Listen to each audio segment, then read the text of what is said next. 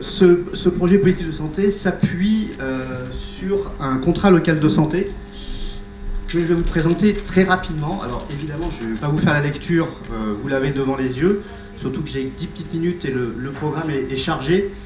Ce contrat local de santé, c'est d'abord un contrat qui unit l'ensemble des partenaires qui œuvrent sur le territoire givordin pour mettre en place une politique publique de santé. Je ne vais pas tous les citer, mais vous pouvez imaginer que la RHM, l'hôpital Montgelat, la métropole de Lyon, évidemment les services de la ville et d'autres sont les partenaires principaux de ce contrat local de santé, avec l'objectif principal et majeur qui est de réduire les inégalités sociales et territoriales sur notre commune.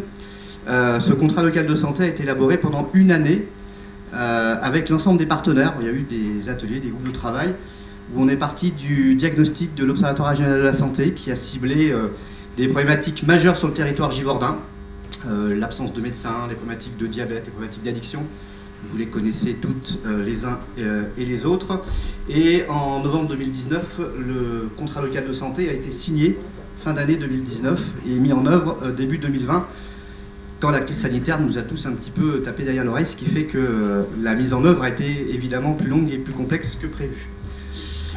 Je suis juste ici pour vous présenter d'abord le fait que la santé, comme vous le savez tous, ce n'est pas uniquement un service de santé, c'est une politique transversale qui touche tous les services municipaux et une large partie des partenaires qui travaillent sur le territoire. Par exemple les bailleurs avec qui on travaille. Je salue les amis d'Internet qui ont l'habitude de bosser avec Adoma et LMH sur nos territoires. Cette politique de santé doit irriguer l'ensemble des services et des partenaires d'une politique publique. Et le CLS est là pour ça, avec l'objectif d'avoir une animation territoriale qui permet justement cette dynamique partenariale et transversale et de pouvoir interroger tous ceux qui peuvent agir pour promouvoir la santé sur le territoire givordin. C'est moi qui ai cette responsabilité-là de piloter le contrat local de santé et son volet santé mentale avec le conseil local de santé mentale. Le CLS et les travaux qui ont préparé le contrat local de santé sont basés sur 4 axes relativement classiques pour ceux qui sont habitués à ce genre de contractualisation. La première, c'est l'offre de premier recours. Là aussi, pareil, vous connaissez les éléments de diagnostic, malheureusement, avec une faible densité de médecins, même si on a la chance d'avoir un hôpital sur le territoire de Givors qu'il faut préserver.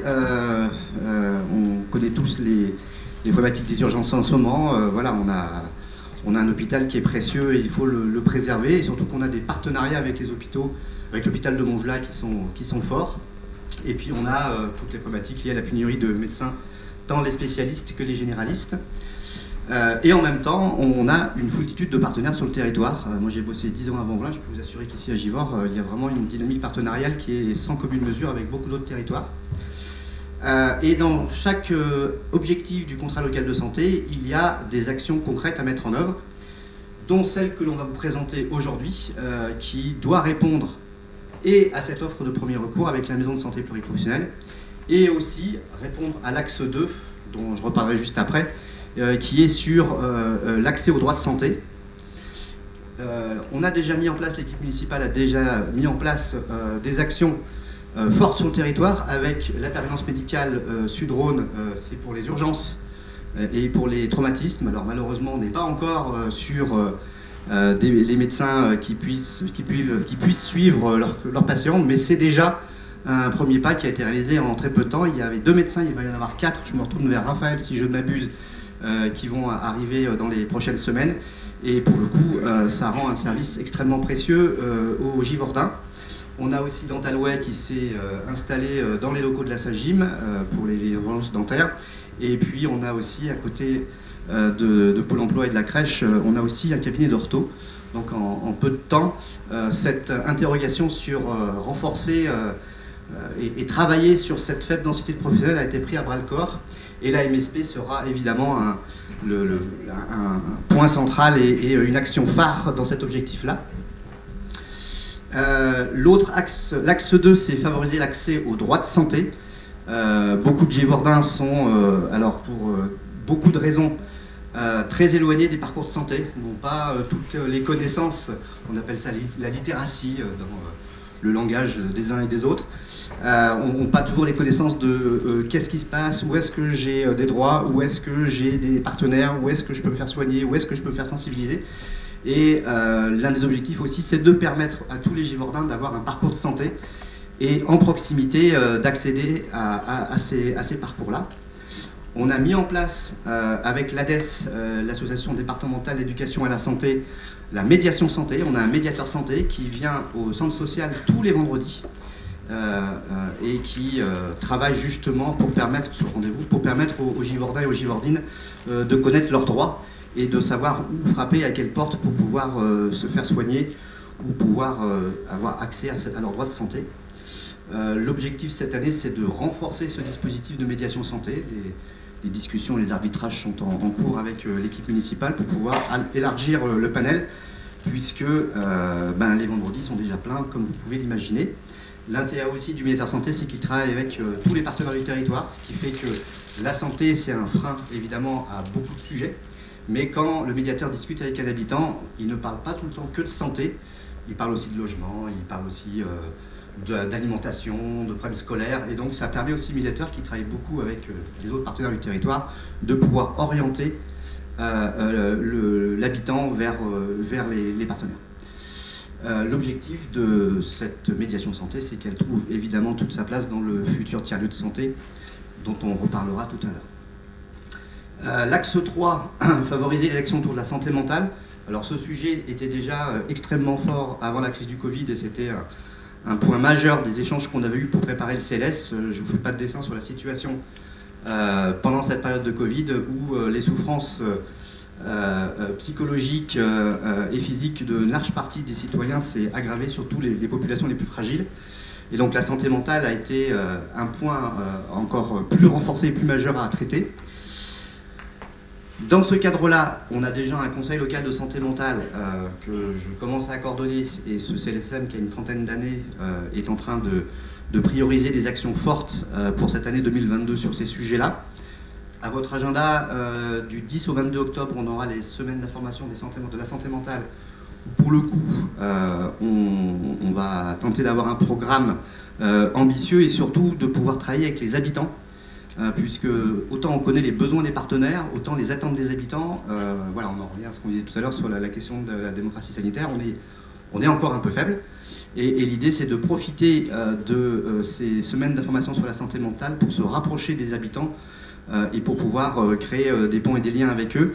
Pour votre information, j'ai une réunion ce matin avec le Centre national qui coordonne les CLSM, les conseils locaux de santé mentale, et sur accord avec Madame Alali et Madame Meridji, il va y avoir une journée de formation avec les publics en quartier prioritaire sur la santé mentale. On est en train de le préparer et là on fera avec les habitants cette journée de sensibilisation, tant pour échanger avec eux sur leurs attentes que pour aussi leur expliquer et leur présenter tous les moyens qui sont à disposition ou parfois l'absence de moyens. On parle là évidemment des problématiques liées aux médecins psy, qui sont pas suffisants sur notre territoire, mais ça vous le savez aussi. Et puis l'autre sujet, c'est la création d'un point accueil écoute jeune.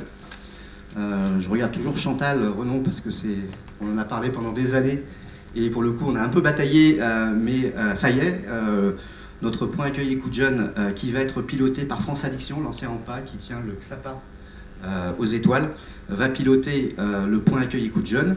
Il sera dans une préfiguration dans les locaux du XAPA, on l'espère au printemps. Je me retourne vers Jean, mais normalement, en termes de technique, il y a quelques travaux à faire, mais c'est possible. Et pareil, le PAEJ, l'année prochaine, plutôt dans 2 ans, ça sera plutôt 2024, va se rapprocher du tiers-lieu de santé, parce qu'il ne sera pas dans le tiers-lieu de santé. Pour votre info, mais vous le savez déjà, la SAGIM a racheté les anciens locaux de la CEPAM, et la ville de Givors a racheté les anciens locaux de la CAF, là où il y avait le centre social qui s'est installé maintenant rue Humbert. Et ce sont dans ces locaux de la CAF où il y aura le point accueil écoute jeune dans sa version finale. Et il y aura aussi une crèche avec une quarantaine de berceaux.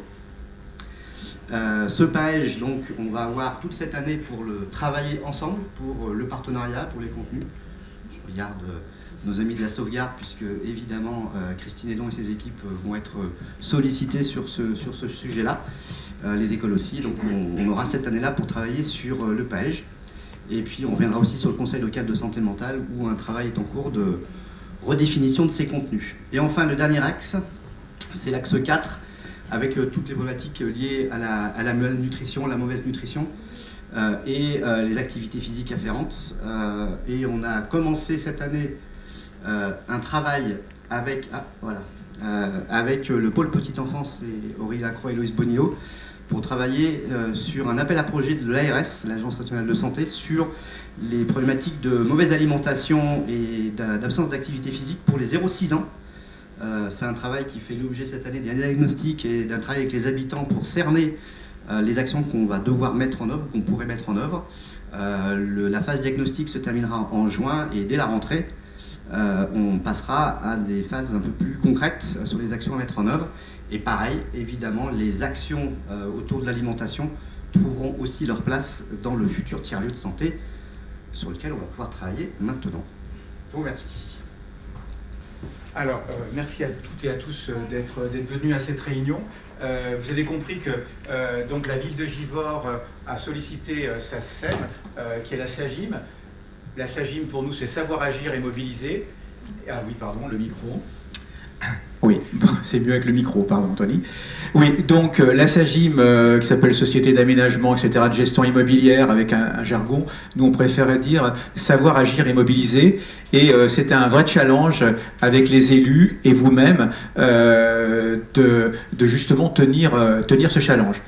On va faire un rapide résumé. Stéphane parlait, voilà donc le bâtiment ex-CPAM que l'on a acquis. C'est un bâtiment qui avait une surface de plancher d'environ 770 mètres carrés, mais véritablement 570 mètres carrés utiles. Et vous allez voir l'évolution du projet, et voilà pour ceux qui ont connu, et vous avez dû peut-être les uns les autres connaître ce volet-là. Donc on aurait pu se contenter de donner un coup de peinture et un ascenseur et installer la MSP. C'est vrai que vous n'y seriez pas encore, mais pas très loin. Mais ce n'est pas ce qui a été proposé dans la démarche, puisque le programme initial de la MSP, qui avait constitué une association agréée par l'ARS avec une quinzaine de professionnels, visait un programme de 450 mètres carrés. Et ça, c'était le démarrage il y a à peu près un an, et surtout en avril 2021. Et c'était grosso modo un projet qui représentait donc un bilan d'1 400 000 € hors taxe. Et la question qu'on s'est posée au début, les 120 mètres carrés supplémentaires, qu'en fait-on ? Et donc là, dans la démarche de la ville, je vais prendre cet élément de méthodologie, mais il est important. D'autant plus la crise sanitaire nous apprend que beaucoup de choses ont été remises en cause dans le rapport patient-soignant, dans la digitalisation, etc., et dans les rapports sociaux. Et il était important de se projeter, d'avoir une vision à 10-15 ans, non pas d'une maison de santé pluriprofessionnelle, mais d'un tiers-lieu de santé. On verra ce que veut dire ce mot « santé ». Donc, si on n'a pas une vision, on ne sait pas trop où on va. Donc, il est important de se projeter.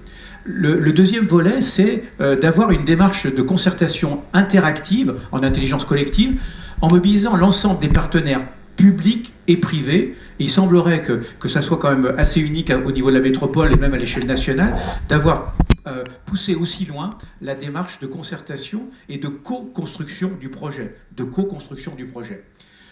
Par rapport à cette stratégie d'acteurs, on a des moyens opérationnels. Par exemple, le fait de décider que la MSP, qui va devenir CISA, soit locataire d'un investisseur qui s'appellerait SAGIM et qui s'appelle aussi la Caisse des dépôts, qui nous accompagne dans cette démarche, bien évidemment, avec la ville de Givors. C'est aussi de dire comment va fonctionner ce pôle de santé, ce tiers-lieu, c'est important, et comment on va produire à la fois du matériel, qui sont à la fois des bureaux, des agencements, etc., mais aussi tout un tas d'actions immatérielles. Alors, je reprends, il était très simple, un coup de peinture, un ascenseur, et on faisait des bureaux qu'on appelle maisons de santé. Mais on voulait avoir une ambition qui aille au-delà. Donc l'idée, c'était partage et coopération, et pousser chacun, pas dans ses derniers retranchements, au contraire, mais à se projeter dans un futur qui bouleverse la pratique des soins, de la médecine, et on le voit bien tous les jours, notamment avec la crise sanitaire. C'est aussi le partage des investissements. Bien sûr que la ville apporte son investissement, la région, la métropole, etc., l'État. Mais c'est aussi donc la SAGIM, outil plutôt immobilier, mais aussi outil de développement. C'est aussi d'avoir des évaluations. Quand on a un cap qui est peu défini, il est important d'évaluer. On a réajusté 10-15 fois le programme de la MSP, 10-15 fois le programme du tiers-lieu, parce qu'il faut ajuster et surtout le confronter à votre maîtrise d'usage, parce qu'on parle de maîtrise d'ouvrage, hein, c'est notamment la SAGIM qui sera propriétaire, maîtrise d'œuvre, on a donc nos architectes et bureaux d'études, mais aussi maîtrise d'usage qui aujourd'hui est essentielle. On fait bien des projets pour des usages et non pas pour faire plaisir à un maître d'ouvrage, pour qu'il ait une rentabilité ou pour que le maître d'œuvre se fasse plaisir à faire une belle image. On le fait pour des usages et on a trop tendance à l'oublier. C'est comme un sablier. Avant, on avait maîtrise d'ouvrage, maîtrise d'usage qui est en entonnoir. Là, c'est l'inverse. On part de la maîtrise d'usage avec des maîtres d'œuvre et la résultante est une maîtrise d'ouvrage. Le processus est inversé. Et donc, on a mis en place des groupes de travail, dont par quinzaine avec la MSP, une élaboration progressive du programme. Et le programme a changé, a évolué, c'est important, avec des gens qui sont venus, des gens qui sont rétractés et qui ont construit. Et là, on a pris patiemment le temps, entre grosso modo le mois de mars et le mois de juin, d'établir ce programme. Ensuite, on a fait un atelier dans ces mêmes locaux, qui était le 1er juillet 2021, avec les prémices du tiers-lieu, et l'enquête préalable des attendus. Et ensuite, on a eu, ce qui est quand même relativement innovant dans la démarche, on a associé les maîtres d'usage avec 4 ateliers où on a co-décidé de l'évolution à la phase esquisse et à la phase avant-projet pour aboutir au permis de construire. C'est-à-dire que c'est bien les usagers qui ont été partie prenante d'un certain nombre de décisions sur les usages et après sur l'investissement. Et nous nous retrouvons aujourd'hui, donc 3 février, à la concrétisation du tiers-lieu, qui est un espace d'animation, d'interaction et de médiation de tous les acteurs de santé. Et je crois qu'aujourd'hui, s'il y a une innovation, elle est là, c'est tous les acteurs de santé, alors que souvent, ce sont des locaux tertiaires ouverts à des professions médicales, ce qui n'est pas tout à fait notre projet. Alors, je vais me permettre quand même quelque chose, j'ai hésité, mais je vais le faire quand même. Entre une démarche ADN, tout le monde la connaît aujourd'hui. Alors, comment on peut définir cette démarche? Je vais y aller rapidement, mais le A, c'est des agents ou des acteurs qui produisent des actions matérielles ou immatérielles. Le D, s'il veut bien, le D, c'est des formes de développement. Alors, en général, c'est du tertiaire, c'est de l'industriel, etc., c'est de l'habitat. Et la démarche aboutit souvent à des choses très normatives. C'est-à-dire que je mets un couloir, des bureaux, que ce soit des médecins, des ingénieurs, et à la limite, c'est le même projet. J'attire l'attention qu'une NSP, dans beaucoup de cas, pourrait être changée en bureau d'études et vice-versa, sans trop de changements. Mais est-ce que c'est ça l'attendu? Alors, on va faire le pas d'une actualité, c'est la RN messager. Alors, on a toujours ce type d'agent, donc on a toujours des acteurs. Par contre, on n'est plus dans une organisation pyramidale, c'est-à-dire quelqu'un qui décide, hein, un chef d'entreprise, un maire, un élu, etc. Mais là, dans une forme neuronale, c'est-à-dire c'est qu'on décide collectivement. Et bien évidemment, ce n'est pas le même projet que l'on fait. On a des actions qui aujourd'hui sont plus immatérielles que matérielles, c'est-à-dire que c'est bien d'avoir des locaux, mais c'est la partie visible de l'iceberg. La partie invisible, les 90%, c'est ce qui va se passer en interaction entre les soignants, les soignés, les aidants, les apprenants et aussi les associations, etc. Et donc il faut leur produire des lieux, vision, stratégie et production, des lieux qui vont permettre ces interactions, notamment immatérielles. Les formes, on parle beaucoup de termes de résilience. Stratégie et gouvernance. La ville a décidé d'ouvrir à tous les professionnels et tous les acteurs de santé la réflexion de ce projet. C'est rarement le cas. Ça se fait en chambre avec quelques-uns. Cohésion sociale et solidaire. Stéphane en a beaucoup parlé, c'est-à-dire qu'on s'inscrit dans un contrat local de santé dans lequel on va aussi chercher à aider soit les plus démunis, que ce soit socialement, culturellement ou financièrement, qui n'ont pas forcément accès aux soins. Un des objectifs principaux, c'est bien cette cohésion sociale et autres. Anticipation de la pratique de vos métiers, connaissance et veille, qui est un point important. Adaptation, apprentissage, innovation. N'oublions pas que dans la MSP, il va y avoir des internes qui seront en apprentissage. On espère bien qu'il y aura des apprenants, infirmières, sages-femmes, orthophonistes, psychologues, etc. Et que Givors deviendra un atelier d'apprentissage à proximité des facs, rappelons-le, de Lyon et n'oublions pas Saint-Étienne, qui va permettre de motiver des gens, non seulement de venir à l'apprentissage, mais après de venir exercer leur profession à Givors, parce qu'ils auront un outil exceptionnel. Sobriété, bien évidemment, robustesse. Et puis le N de novateur, c'est donc la novation, c'est un changement en droit, un changement d'état, c'est-à-dire qu'au lieu de faire du normatif, je fais des bureaux, et bien là j'invente quelque chose de nouveau, d'où le terme de novation. Alors, et le messager, bien sûr, c'est que la ville de Givors a envie de faire passer un message en disant Givors va être en pointe au niveau de la santé, au niveau de l'approche d'une santé globale pour ses habitants et au-delà, parce que rappelons que Givors rayonne à entre 50 000 habitants, voire 100 000 habitants pour le centre commercial, et il est important que Givors affirme ce rôle de pont relais au sein de la métropole. La notion de tiers-lieu, alors c'est vrai que pour certains c'est très abscon, oui. Le premier lieu c'est le logement, le deuxième lieu c'est le travail, et le troisième lieu c'est le lieu de la sociabilité, où il se passe des échanges personnels et autres. Et donc l'ambition du projet, c'est de créer un tiers-lieu de la santé qui soit ouvert, et bien évidemment qu'on ne sait pas ce qui va en être, et c'est bien l'objet de la démarche d'après, c'est de définir que ce tiers-lieu va devenir un pôle de santé où il va se passer un certain nombre d'interactions. Donc l'idée c'est collaborer, échanger, coopérer, on l'a fait notamment avec vous et notamment les professionnels de santé, c'est développer, construire, c'est animer, inspirer, participer, c'est aussi anticiper, c'est se découvrir, s'inspirer, etc., expérimenter. Nous avons fait le choix aussi d'être accompagnés par des professionnels et des tiers spécialistes, dont Eau Santé, qui nous apportent un savoir-faire dans la conception de pôles de santé. Et j'espère le dire qu'on les a quasi bousculés pour qu'ils aillent plus loin dans la démarche de Givors, qui est très novatrice, justement. L'autre volet, c'est qu'on a fait appel à Dana Ecker, qui a une expérimentation à Saint-Étienne, et ils pourront vous en parler l'un et l'autre, André et Julia, qui est un apport complémentaire parce qu'on a voulu donc concevoir cet espace d'une manière complètement différente, et ce qui va amener le programme. C'est bien parce qu'on a une vision nouvelle qu'on va avoir un résultat nouveau et qui va anticiper en termes justement d'interaction. Alors, le programme initial, il était de 570 mètres carrés. Aujourd'hui, il est de 1064 mètres carrés, soit presque 500 mètres carrés. Mais c'est 500 mètres carrés qui comptent. Pourquoi? C'est qu'on a plutôt réduit de 90 mètres carrés la maison de santé. Pourquoi? C'est qu'on a en partie mutualisé des espaces de type, vous allez avoir votre tisanerie, il n'y a aucun souci là-dessus, qui vous sera dédié parfaitement. Mais vous aurez aussi des espaces de travail, de réunion, des espaces d'atelier qui vont venir en plus. On a discuté pour que le laboratoire Unibio vienne s'insérer dans ce projet, pour que ça soit une locomotive. Il reçoit à peu près 200 patients par jour, et il y avait des interfaces bien évidemment avec le pôle infirmier. On a voulu insister avec les élus pour qu'Unibio soit partie prenante, alors que, soyons clairs, au départ, il y avait un petit peu de réticence.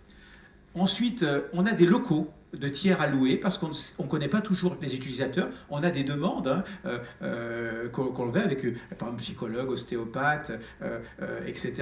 Et on espère en motiver d'autres, puisque le projet, son ouverture est à 1 an. On a cet espace de tiers-lieu qui fait 160 mètres carrés, mais vous verrez qui est une usine à interaction. Et puis, on a plutôt réduit d'ailleurs les parties communes. Donc on a donc le laboratoire Unibio qui fait 300 mètres carrés, on a des espaces d'animation et de location complémentaires de 300 mètres carrés, et là on s'est posé la question avec notre équipe de maîtrise 2 et avec nos experts Eau Santé d'Anna Ecker, et vous-même d'ailleurs, quels espaces et quelles fonctionnalités. Et donc dans le projet initial, la première maquette, on aurait pu mettre l'ascenseur et un coup de peinture. Eh bien non, là on a une sorte de Rubik's Cube qui est beaucoup plus interactif, dans lequel on a à la fois le laboratoire médical en vert, les espaces de tiers-lieu en jaune, la maison de santé en rouge, et puis des circulations verticales qui sont en bleu, parce qu'il est important qu'il y ait une interaction. Et on a identifié avec les concepteurs et nos AMO le projet et différents espaces dans lesquels il allait y avoir des interactions soignants, soignés, apprenants, aidants ou associations. Donc le projet, bien évidemment, c'est toujours une maison pluriprofessionnelle avec une quinzaine et pourquoi pas 20 professionnels d'ici quelques temps, puisqu'on a proposé qu'elle soit évolutive. Aujourd'hui, on a 15 professionnels, mais on pourrait très bien en accueillir une vingtaine, voire plus, parce que ce qu'on vise, c'est d'avoir pourquoi pas des temps partagés, qu'on ait un pédopsychiatre, qu'on ait une gynécologue, etc., qui viennent un jour par semaine, etc. On aura la possibilité de les accueillir dans de bonnes conditions. On a bien sûr des espaces d'animation au rez-de-chaussée principalement et au premier étage. Une approche aussi nouvelle qu'on partage avec Yann, il y a donc une designeuse danoise qui s'appelle Rosa Bosch et qui a identifié que les espaces pouvaient avoir des usages ou des fonctions un peu différentes. Le but, c'est pas de marcher, mais par exemple d'avoir des espaces qu'elle appelle de montagne, donc c'est plutôt des espaces comme aujourd'hui, comme là maintenant. Vous avez un locuteur et des interlocuteurs dans lesquels il y a un face-à-face qui se passe. On a aussi des espaces de grotte, on se replie. On a des espaces de feu de camp, on se met autour d'une petite table et on discute de manière informelle. On a des oasis, c'est l'espace café par exemple, mais on va proposer bien autre chose. C'est l'atelier où on travaille, et puis c'est des espaces de mouvement. Et cette démarche est importante parce qu'on a imaginé, donc, avec notre équipe, justement, d'identifier ces espaces où on va être en mouvement, où on va être en écoute, où il va se passer des interactions, où on a envie de se reposer. Et donc, chaque lieu est identifié comme un lieu d'interaction particulier. Par exemple, l'attente chez le médecin, l'infirmière, l'orthophoniste, eh bien, ça peut être, pourquoi pas, un atelier où on dessine, un atelier où on regarde son smartphone, ce qu'on veut, un film, etc. On veut que ça soit une attente active, même si on est dans une position assise. Et d'avoir un certain nombre d'informations, ce qui est très nouveau dans la démarche. Et on obtient donc le résultat suivant, c'est qu'aujourd'hui, la maison de santé pluriprofessionnelle qui faisait 450 mètres carrés fait 365 mètres carrés, avec, et je tiens à le préciser, un espace de convivialité tisanerie de 19,5 mètres carrés, qui a été, et qui va être autonome, on va le voir. D'ailleurs, il se trouve à l'entresol. Alors, on a un niveau du rez-de-chaussée qui est en haut, où on a le pôle infirmier. Les gens rentreront dans le pôle de santé, et tout de suite à droite, ils auront le pôle infirmier, et on va avoir des espaces d'interaction. Ensuite, il y a un espace dédié uniquement aux professionnels qui sera à l'entresol et qui permettra soit des espaces de réunion, soit de convivialité, soit de manger, soit de faire des choses diverses pour les professionnels de santé. Et si tout se passe bien, peut-être qu'ils pourront peut-être le partager de temps en temps avec les autres partenaires de la maison de santé pour qu'il se passe des interactions en termes de convivialité. Et donc, on a le premier étage qui aujourd'hui est découpé. Et la partie blanche, c'est une partie d'évolution possible de la CISA. Et ensuite, on le verra en bas, c'est plutôt une proposition pour, et merci à Marc Aubert d'être présent, pour donc la médecine préventive et le CDHS, Comité départemental d'hygiène et santé, qui pourrait venir ici. Voilà, donc, et il est disposé sur 3 niveaux. Et petite parenthèse, à un moment donné, on était sur 50% d'espace dédiés aux professionnels dans leur exercice libéral indépendant. Et là, on a optimisé à 64%, ce qui fait qu'on a pu rendre compatible notamment le volet loyer. Et donc, on est à 36% de locaux, essentiellement d'ailleurs d'attente et de circulation, et un tout petit peu la tisanerie. Alors, ensuite, on a ce que l'on appelle les espaces partagés, entre guillemets, espaces de tiers-lieux. Alors, en bleu, on a des parties communes, notamment l'entrée, la partie technique et les circulations. Mais aussi, on a plusieurs espaces, et je ne vais pas les décrire, les fameux tiers-lieux dans lesquels on a affecté des usages et de la mobilité et une grande adaptabilité. Donc, ils se situent essentiellement sur 2 niveaux. Et il représente quand même 265 mètres carrés. Espace, alors autant les espaces bleus, on les retrouve dans une MSP classique, autant là, les espaces jaunes, les 160 mètres carrés, c'est une pure innovation givordine. Et puis on a des espaces, donc on voit en haut, donc la partie rouge c'est la partie tisanerie, hein, échange, convivialité de la MSP, mais on va disposer de locaux qui sont encore disponibles, dont des bureaux polyvalents, dont bureaux médecins, infirmiers, qui peuvent à la fois servir à la médecine du travail mais aussi au CDHS, bien sûr des sanitaires indépendants, et puis une surface allouée d'à peu près 26 mètres carrés, pourquoi pas, puisqu'aujourd'hui on n'a pas encore une sage-femme, on ne désespère pas, ou des kinés, qu'on puisse leur proposer ce type de surface. Petite parenthèse, on pourrait disposer éventuellement d'une extension d'à peu près 200 mètres carrés, 230 mètres carrés, sur le bâtiment de la Caisse primaire d'assurance maladie, pour recevoir peut-être une autre activité, pourquoi pas, comment ? De la CAF, bien évidemment, à côté. Donc les bâtiments sont reliés et ça peut être, pourquoi pas, un pôle cardiologie, radiologie ou autre activité qui viendrait en complément du pôle de santé. Donc vous voyez bien une capacité d'évolution. Et on a donc le laboratoire Unibio qui va être organisé en 2 niveaux, un accueil plutôt accueil public qui est en rez-de-chaussée légèrement enterré d'1 mètre, et toute une partie plutôt technique, sachant que, soyons bien clairs, ils gardent leur plateau technique actuellement qui se trouve à côté de la piscine. Hein. Seul l'accueil des patients se fait ici, ils gardent leur plateau technique puisqu'ils rayonnent sur la région en termes d'activité. Voilà. On est sur un coût d'investissement important. On retrouve pour la maison de santé un investissement de l'ordre d'1,2 million. Hein, je crois qu'il faut aussi parler financiers, parce que c'est un point important. Ça se traduit aussi par des loyers. Nous avons fait un gros effort et bloqué le loyer. Alors nous raisonnons hors taxe, parce que malheureusement c'est l'État qui collecte la TVA, et malheureusement les médecins, le labo, ne percevant pas de TVA, il est majoré de 20%, et ça c'est un handicap sur un projet. 20% c'est pas neutre, hein. C'est-à-dire que quand on a 100 euros, eh bien, on paye 120 euros, et ces 20 euros ils vont à l'État, ils vont ni à la SAGIM, ni aux professionnels de santé, ni aux patients. On a aussi donc des locaux à des tiers, hein, qui représentent à peu près 430 000 euros d'investissement, le laboratoire à peu près 750 000, le tiers-lieu 650 000, et on voit que là, on a quand même un montant très important, avant subvention de l'ordre de 3,3 millions, et on vise donc une subvention de la région qui est malheureusement plafonnée à 200 000 euros pour l'accompagnement de la MSP au niveau immobilier, hein, puisque vous aurez vous-même une aide de première installation. Et on vise, peut-être dans le cadre de la politique de la ville, au sens large du terme, rappelons qu'on est dans un quartier prioritaire de la ville, et Givors est quand même une collectivité qui a besoin de solidarité. Et ce que l'on peut faire, parce qu'on a voulu toute transparence, on voit bien qu'un promoteur classique, ou même il vise une rentabilité de l'ordre de 7,5%, c'est-à-dire qu'il vise que son bien soit amorti sur 15 ans. Nous, on est au-delà de 20 ans. Et là, il y a un effort substantiel qui est fait par la collectivité, par la SAGIM et la Caisse des dépôts, pour réduire cette rentabilité. Ça veut dire que vous auriez quand même 25% de loyer en plus, ou 30%. C'est-à-dire plutôt que de payer 500, ça ferait 750 euros, et ça serait peut-être pas supportable. Sachant qu'on le verra tout à l'heure, la moyenne pour des équipements comme ça, c'est plutôt 1 000 euros par bureau, alors que nous, on est compris entre 5 et 600. Ça veut dire 40% de moins qu'une maison de santé classique. Et en toute transparence, puisque c'est vrai que les équilibres financiers sont importants, on a respecté les équilibres que l'on s'est donnés.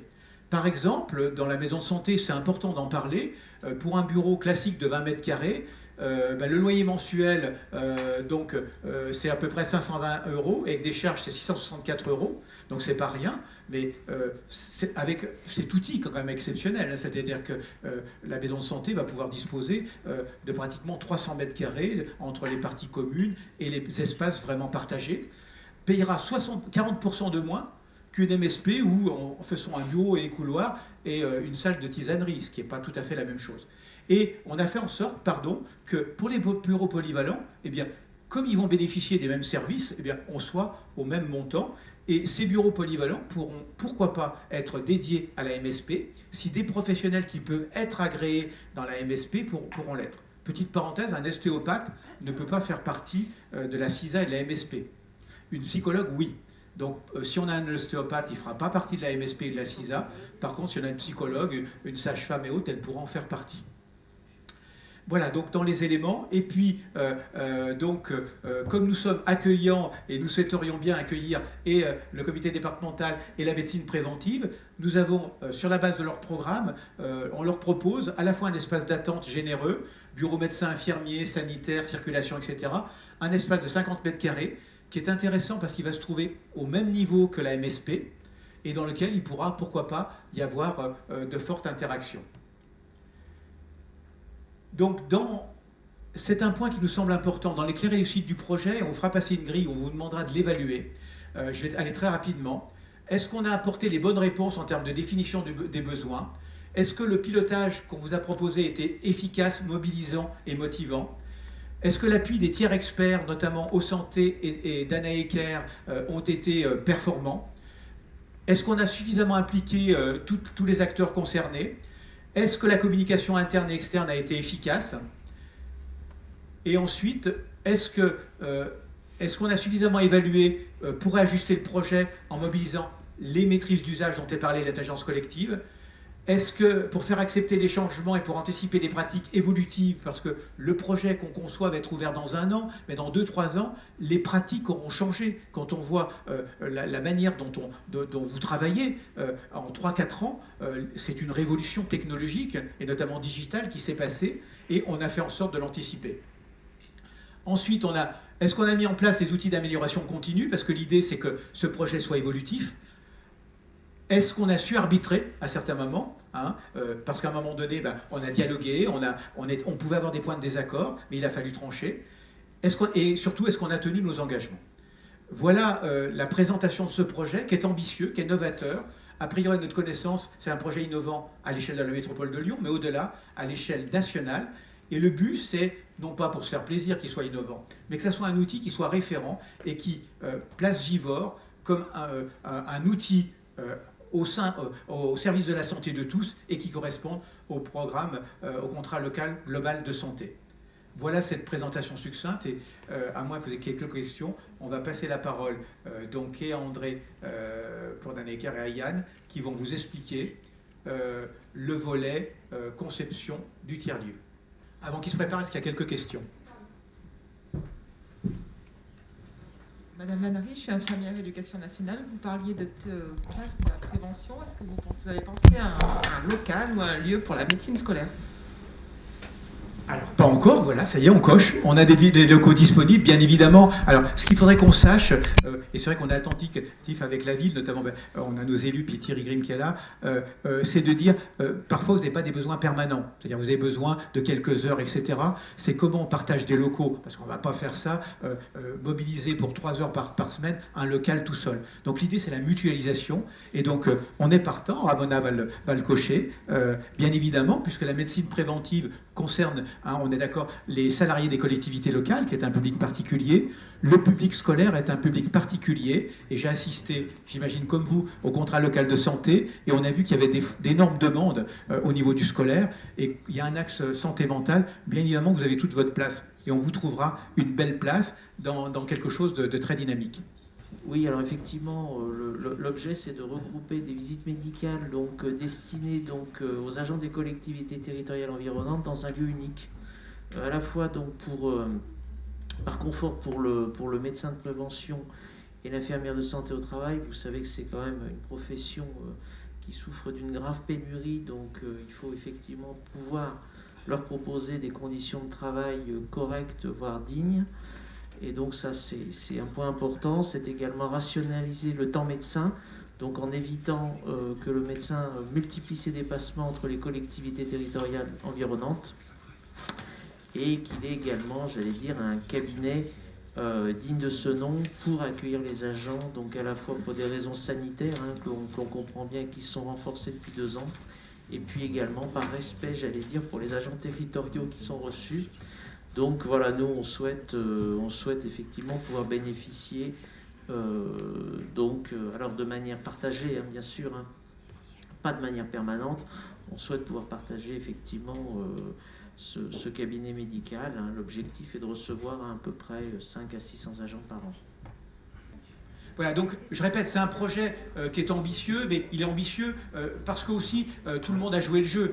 Si l'intelligence collective a marché, c'est un point important. Excusez-moi. Oui, bonjour. Je voulais juste savoir quels étaient les professionnels représentés dans la CISA. Alors moi, je suis chef de service sur la prévention spécialisée, sauvegarde 69. Je travaille avec des éducateurs de rue sur l'ensemble des quartiers en politique de la ville. Alors, je vais dire, il y a 6 médecins prévus, 2 internes, 4 infirmières, 3 ostéopathes. 3 ostéopathes. Je fais une confusion, excusez-moi. Orthophoniste. Alors, j'étais pas loin. Orthophoniste. Et puis, on espère bien mobiliser, pourquoi pas, sage-femme et kiné. Aujourd'hui, c'est ouvert. Concernant par exemple les orthophonistes, ce sont des nouvelles personnes qui s'installent sur Givors ou ce sont des personnes qui sont déjà là et qui vont venir Idem pour les médecins. Je te passe la parole à qui? On change? Allez. Alors, Au niveau des médecins, ce sont 5 médecins déjà qui sont sur Givors, plus un médecin qui vient actuellement sur Vernaison, si je ne me trompe pas. Non, excuse-moi, il y a 2 nouveaux. Il y a 4 installés, effectivement, et 2 médecins supplémentaires, du coup, sur la commune. Au niveau des orthophonistes, ce sont pour l'instant 3 orthophonistes qui sont sur Givors, une qui vient d'arriver il n'y a pas très longtemps, qui a rejoint l'équipe et qui fera partie de la MSP. Et au niveau des infirmières, ce sont des infirmières, un cabinet qui était déjà sur Givors. Il y a un manque crucial. Ah non, mais tout à fait. Hein. il y a un bureau de médecin qui est disponible. On espère recruter. Bien, bonjour. Nous allons prendre donc le relais avec André Simonet et moi-même. Donc André Simonet qui représente Danaeker et moi qui représente la partie maîtrise d'œuvre sur ce projet. C'est-à-dire qu'on est associé à 2 agences d'architecture, l'agence Thierry Saunier et l'agence Yann Olivares, donc mon agence. Et je travaille plutôt sur la partie qui s'occupe de l'aménagement du tiers-lieu. Et par prolongation aussi d'une partie de l'aménagement de la MSP. Voilà, donc on va vous présenter la démarche qu'on a eue conjointement, parce qu'en fait ça a été un travail qui s'est nourri en fait d'une collaboration avec Danaeker et qu'on a nous, prolongé et formalisé. Et donc le titre de modélisation du tiers-lieu, il est au sens spatial, puis au sens du contenu aussi, c'est la modélisation de ce contenu-là. Voilà, donc je vais commencer... je vais passer la parole à André pour démarrer, et puis on va vous faire la présentation en duo avec une petite chorégraphie. Bonjour à toutes et tous. On souhaitait vous proposer sur ce temps de présentation 3 temps. Les 2 premiers orientés vraiment espace MSP, donc le premier avec l'espace de déambulation active et le deuxième la tisanerie. Et après on rentrera plus dans les détails de la modélisation qu'on souhaitait vous présenter pour le tiers-lieu. Oui, pardon, petite précision, on va comme en fait l'ensemble des espaces d'interface entre les différentes activités ont été réfléchis comme des espaces de tiers-lieu, c'est-à-dire des espaces augmentés avec des vocations un petit peu différentes de simplement l'attente, la direction, l'information, etc. On va vous parler en 2 parties en fait de la MSP. Alors j'avais un petit pointeur, ce serait peut-être pratique. Je vais le sortir après.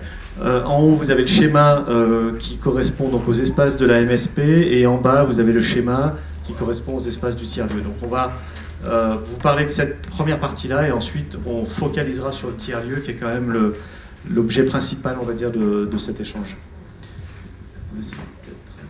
Voilà, en fait, on voit ici donc les espaces qui vont être dédiés exclusivement à la MSP, c'est-à-dire aux professionnels de la MSP, et donc qui vont être utilisés alors, par leurs patients également, sont les espaces de déambulation et d'attente qui sont situés sur l'étage de la MSP qu'on voit tout en haut, et la partie tisanerie qui sera une partie à l'étage intermédiaire.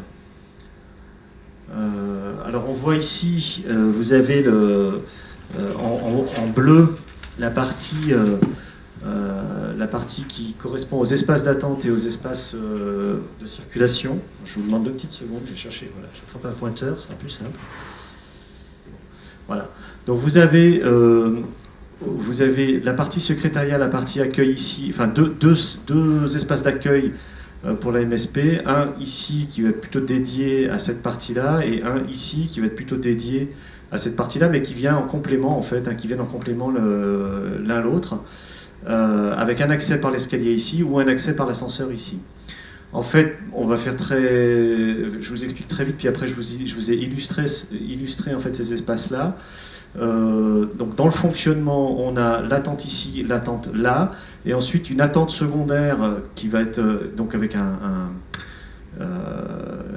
espace qui est clos à partir d'ici. Et ici, on est donc plutôt dans un espace secondaire qui va être plutôt de l'ordre de... On vous montrait tout à l'heure les espaces de grotte et les espaces de ressources, enfin les différents espaces qu'on pouvait avoir. Ici, on va être plutôt dans un espace intimiste où on va pouvoir avoir une attente secondaire. Mettons que, par exemple, je ne sais pas, dans un cabinet, à un moment donné, il faille demander à quelqu'un qui est accompagné par, je sais pas, un adolescent par exemple, demander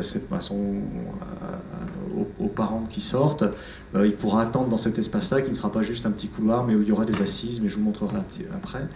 Et puis l'espace d'attente pour les cabinets orthophonistes aussi, où voilà, on a aussi des lieux qui vont permettre d'occuper les enfants en attendant, ou les parents d'ailleurs, hein, en attendant que les séances d'orthophonistes se fassent. On va peut-être illustrer ça derrière.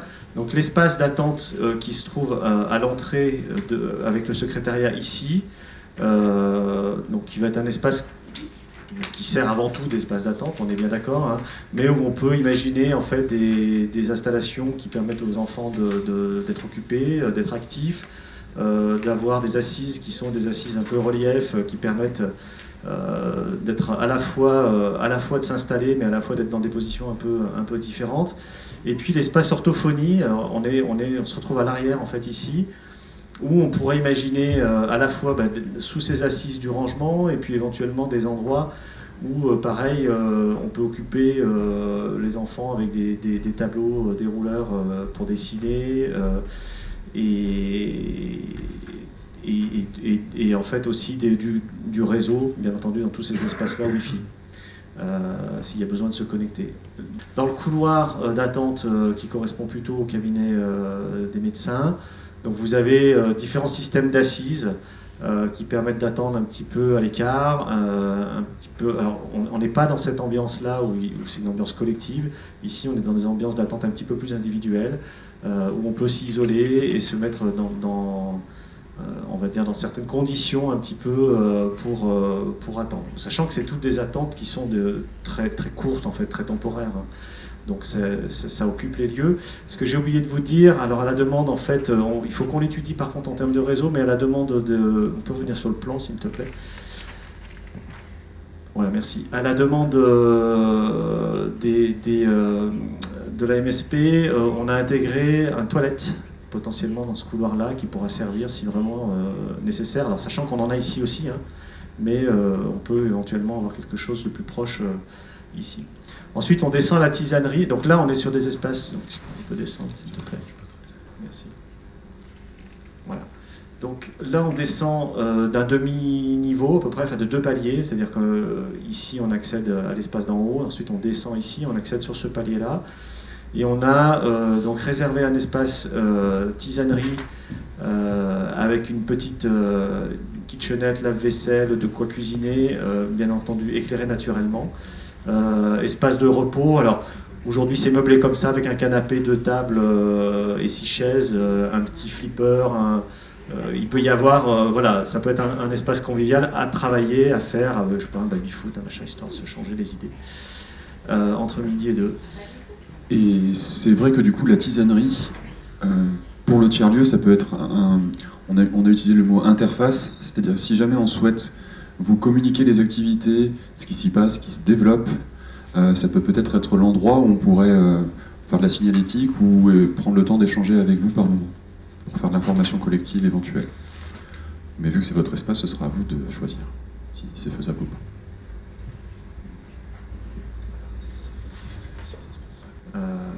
Donc vous avez en gros 4 typologies d'espace qui correspondent à ces 4 couleurs. Vous avez un espace qu'on a appelé la rotative, qui est un espace qui va accueillir une rotation d'activités. C'est pour ça qu'on l'a pour l'instant nommé comme ça. Hein. C'est des choses qui peuvent être soumises après à débat, évolution, où il va y avoir 4 types d'activités qu'on va vous décrire potentielles, hein, il peut y en avoir plus, mais qu'on a envisagé, qu'on a imaginé. Vous avez 2 bureaux qui vont pareil aussi avoir des vocations de renouvellement d'activités à l'intérieur. On va vous expliquer lesquels aussi, mais qui seront du coup, l'intérêt de ces bureaux, c'est qu'ils vont être à disposition de plusieurs activités et plusieurs potentiels acteurs, on va dire. Ensuite, on a au rez-de-chaussée 2 espaces qui sont en gros un peu le cœur battant de cet espace de tiers-lieu, puisque c'est par là qu'on va arriver, c'est par là que démarre en fait un petit peu cet accueil réservé à cette activité de tiers-lieu. Peut-être une chose qu'il faut préciser aussi, c'est que dans cette, mais ça tu en reparleras peut-être, mais dans cette activité de tiers-lieu, ce qui a été essentiel et qui va être et qui a été pensé, on va dire, en même temps que les aménagements et qui était nécessaire nous de connaître pour penser les aménagements, c'est que cette activité de tiers-lieu, elle va être soutenue par une personne physique. C'est pas juste une idée, il y a quelqu'un qui va s'occuper d'animer en fait ce tiers-lieu. Pour revenir du coup sur la modélisation des usages pour le tiers-lieu, rapidement le petit historique. Donc on avait mené des entretiens d'un côté avec les soignants, de l'autre avec les acteurs territoriaux, pour voir quels étaient les principaux enjeux sur lesquels le tiers-lieu pourrait agir. Donc on voyait une certaine similitude entre les acteurs territoriaux et les soignants, ce qui est quand même une bonne chose en soi. De là, on a pu proposer différents dispositifs, ateliers, qu'on a déjà vu fonctionner en France ou dans d'autres pays, et où qu'on a même pour certains déjà accompagné à leur création. Et du coup, on a fait évaluer leur pertinence et intérêt, d'un côté pour les soignants et de l'autre côté pour les acteurs territoriaux. Pour revenir sur le fonctionnement vraiment de ces différents dispositifs, on propose une gradation d'implication pour les professionnels de santé. Le niveau minimum, entre guillemets, c'est j'oriente ma patientèle vers le dispositif. La cuisine pour les aidants, par exemple. Mamie qui a Alzheimer, papy cuisine pour mamie, mais il n'a jamais cuisiné, du coup mamie elle mange que des pâtes. Vous avez une patientèle une situation similaire, vous savez que l'atelier est là, vous pouvez orienter cette personne vers ce cours. Le niveau 2, en fait peut-être que les cours de cuisine avec la thématique déglutition vous tient à cœur, vous souhaitez créer ce dispositif, le monter, vous le réfléchissez, mais par contre vous n'avez ni le temps ni les capacités de pouvoir animer cet atelier. Du coup, l'animateur fera un travail d'aller chercher une structure qui portera ce dispositif, mais c'est de votre initiative que ce dispositif peut être créé. Et le troisième niveau, qui du coup est renforcé, c'est-à-dire que vous tenez de A à Z le dispositif, en partenariat avec d'autres acteurs potentiellement, mais du coup vous êtes impliqué dans la création et l'animation du dispositif. Donc c'est libre choix. Et bien évidemment, pour faire fonctionner ces différentes activités, l'enjeu est vraiment de créer du lien avec les dispositifs extérieurs au tiers-lieu existants sur le territoire pour éviter les doublons et créer des nouveaux dispositifs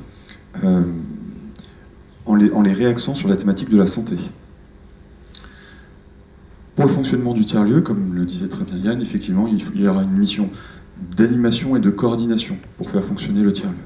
Il y a encore un travail de fiche de poste à définir, et un travail avec vous, en collaboration aussi avec vous, pour voir les plages horaires sur lesquelles vous souhaitez que le tiers-lieu fonctionne, comment est-ce que vous allez travailler, il y a encore un travail de préparation sur ces angles-là.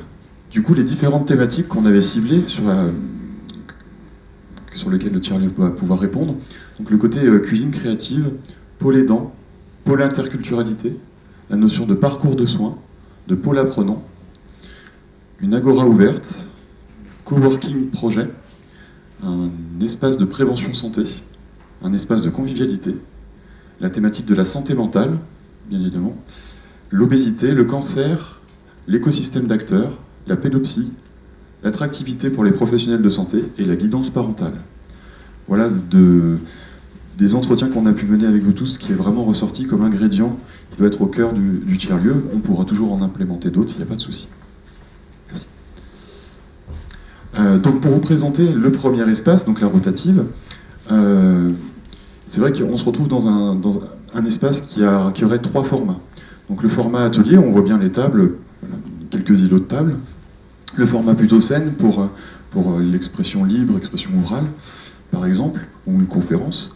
Et le format rencontre, si on souhaite réunir différentes associations pour parler avec eux en tant que professionnels de santé, ou réunir différents professionnels de santé, ou différents patients. Voilà, c'est une salle, du coup, pour organiser des réunions. Je ne sais pas si vous vous souvenez, on avait présenté le dispositif du trialogue, qui est un dispositif sur Saint-Étienne qu'on accompagne, qui a été créé par un psychiatre. Et c'est autour donc de la santé mentale, où on réunit les personnes concernées, les aidants et des professionnels de santé, pour parler de manière horizontale sur la thématique de la santé mentale. Ce qui est intéressant, c'est que le copil de ce dispositif, on a 2 professionnels de santé, 2 aidants et 2 personnes concernées. Et les thèmes, du coup, sont co-construits par ce copil, et on fait une animation par mois sur la question de la santé mentale, et on a 30 personnes qui viennent tous les mois quand même. Ce qui est intéressant pour les professionnels de santé, c'est d'apprendre à la démocratie sanitaire, d'apprendre le savoir expérientiel de leur patientèle, d'autres patientèles, de personnes qui ont vécu cette situation. Et ça les fait beaucoup réfléchir, et une forte amélioration dans leur pratique au quotidien. Mais en même temps, c'est aussi un outil de sensibilisation pour les étudiants en médecine sur la psy, en fait, c'est chouette. C'est un espace, c'est un corps où on peut vraiment être créatif avec les patients, et on a du temps avec les patients, si on arrive à monter des dispositifs nécessaires. Et dans la psy, on peut monter des dispositifs. Pour les aidants et les personnes concernées, et on se retrouve avec un échange d'expérience et de savoir, et ça débloque aussi des situations.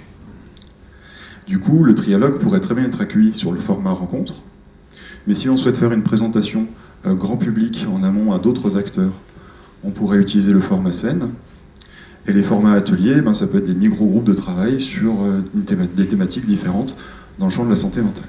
On a essayé d'exemplariser, on va dire, ce qu'il faut comprendre, en fait, c'est qu'on se retrouve ici sur un espace qui se trouve à l'articulation entre l'étage de la MSP et l'étage d'en dessous, qui est l'étage de l'entrée. Et donc, qui permet, ici, vous avez l'accès à la tisanerie.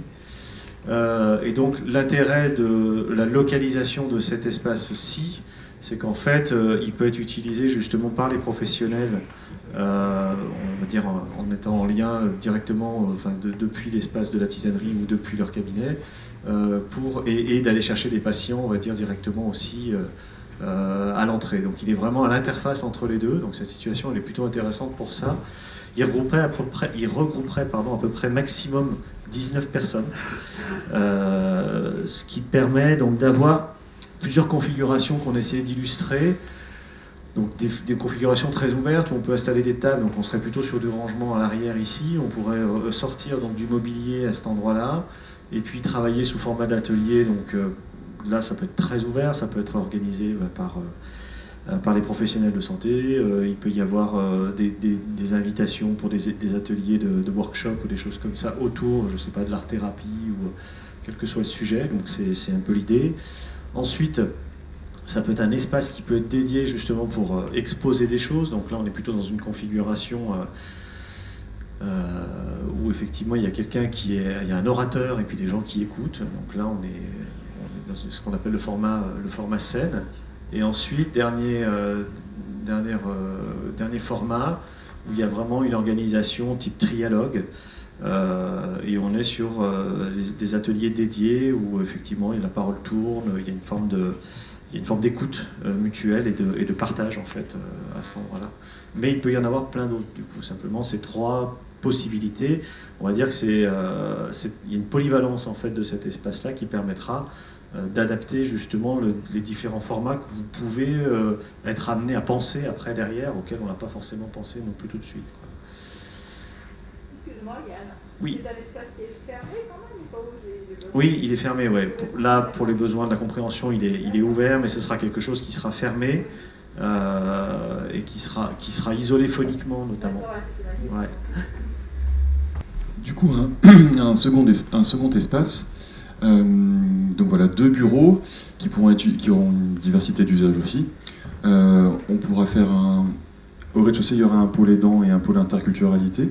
Dans le cas où on a un besoin de confidentialité ou d'accueil individualisé, on pourrait utiliser ces bureaux pour les pôles aidants et les pôles interculturalité.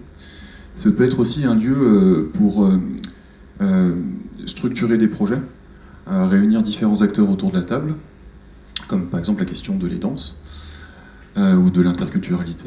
Ça peut être aussi un lieu pour réaliser les entretiens professionnels et le recrutement, parce que dans un tiers-lieu de ce type, on peut accueillir aussi pas mal de stagiaires, de services civiques qui seraient très intéressés de venir avoir une expérience de travail dans ce cadre-là. Du coup, il y a un vrai travail aussi de RH, entre guillemets. Et ça peut être aussi un bureau de rendez-vous pour l'animateur quand il a des partenaires et ou des financeurs à inviter.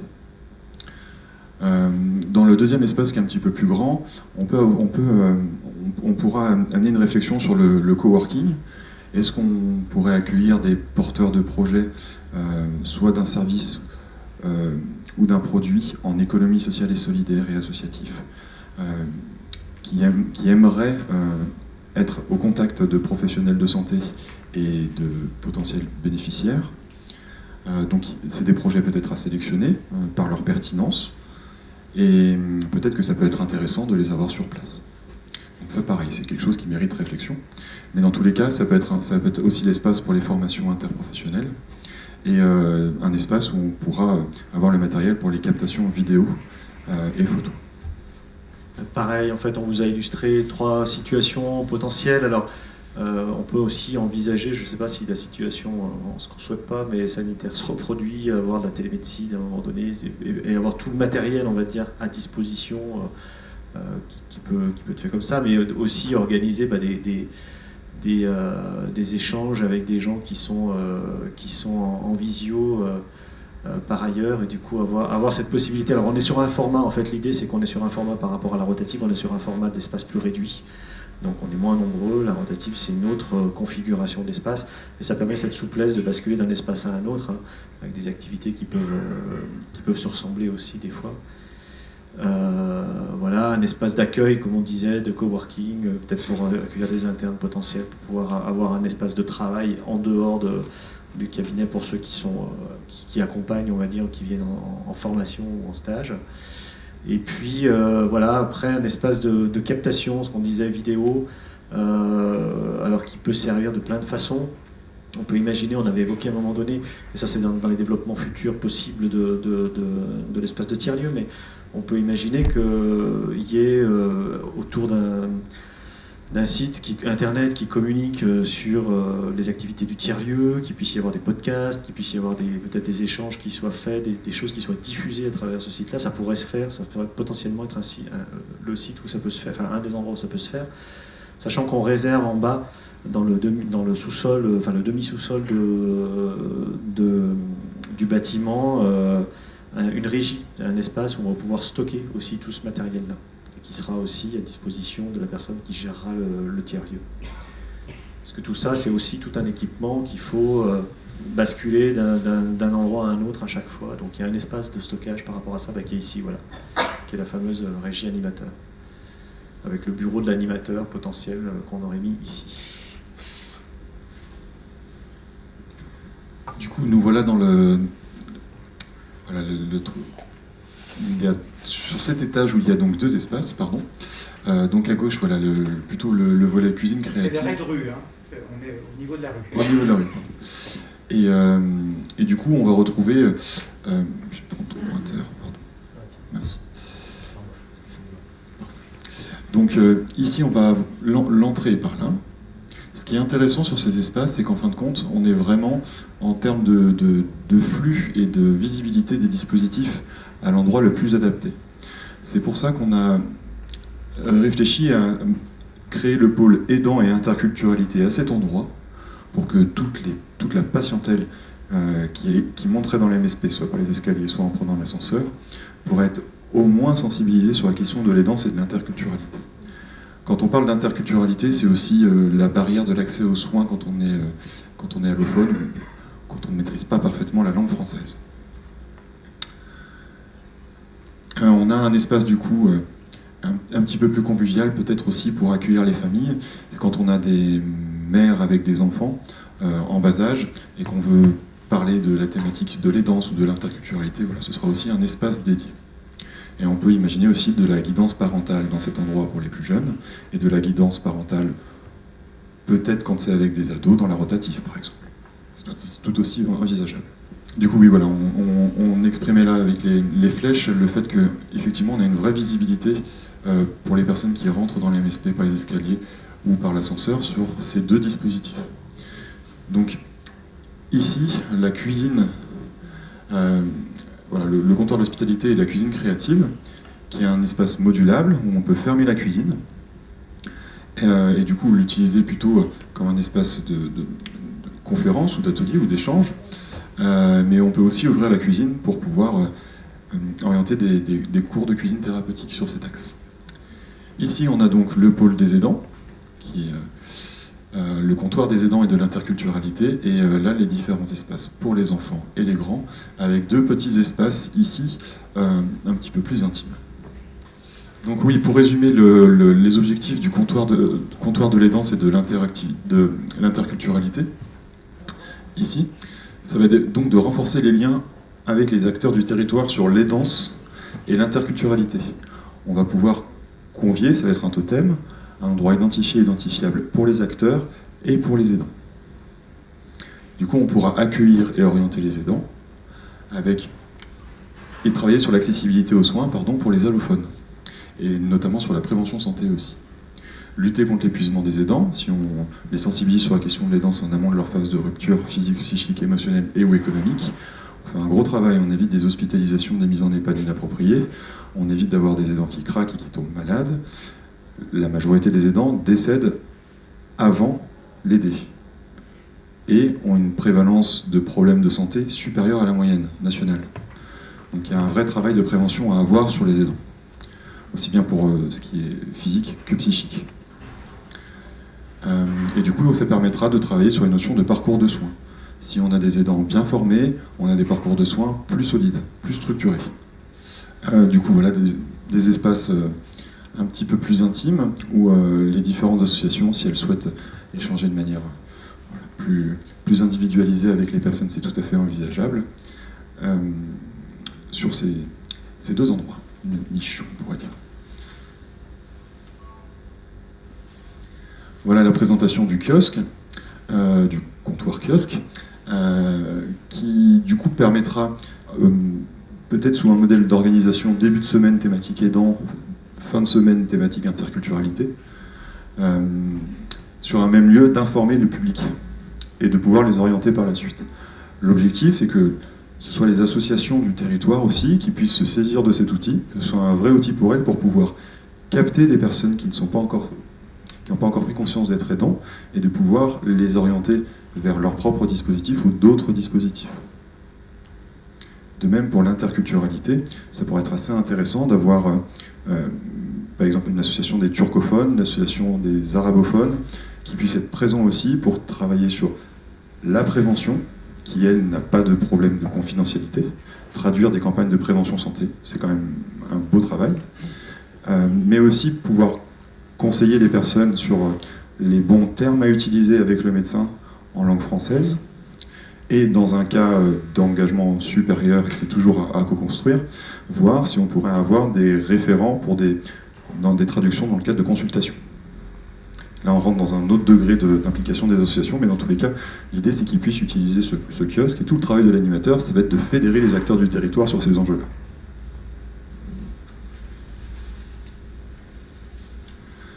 Du coup, maintenant, le comptoir de l'hospitalité. Donc, il y a le format comptoir de l'hospitalité quand la cuisine est fermée. La cuisine est pour le moment ouverte ici. Du coup, on est en atelier culinaire. Et le comptoir d'hospitalité quand la cuisine est fermée. Voilà, pour illustrer, donc, cuisine ouverte. Donc, on va pouvoir travailler sur les questions de l'alimentation, prévention, parentalité, aidants, etc. Et des exemples un peu plus concrets. La thématique alimentation et chimiothérapie, c'est un gros sujet. La thématique alimentation et parentalité, c'est un gros sujet aussi, enfin, c'est tous des gros sujets pour le coup, mais alimentation et orthophonie, incluant troubles de la déglutition, alimentation et diabète, alimentation et obésité, cours de cuisine pour les aidants, etc. etc. Non, simplement, le dispositif de la cuisine, on voulait montrer qu'à la fois, c'était une cuisine qui, bien entendu, il faut pouvoir condamner à un moment donné l'accès à la cuisine, puisqu'elle ne va pas être en surveillance permanente.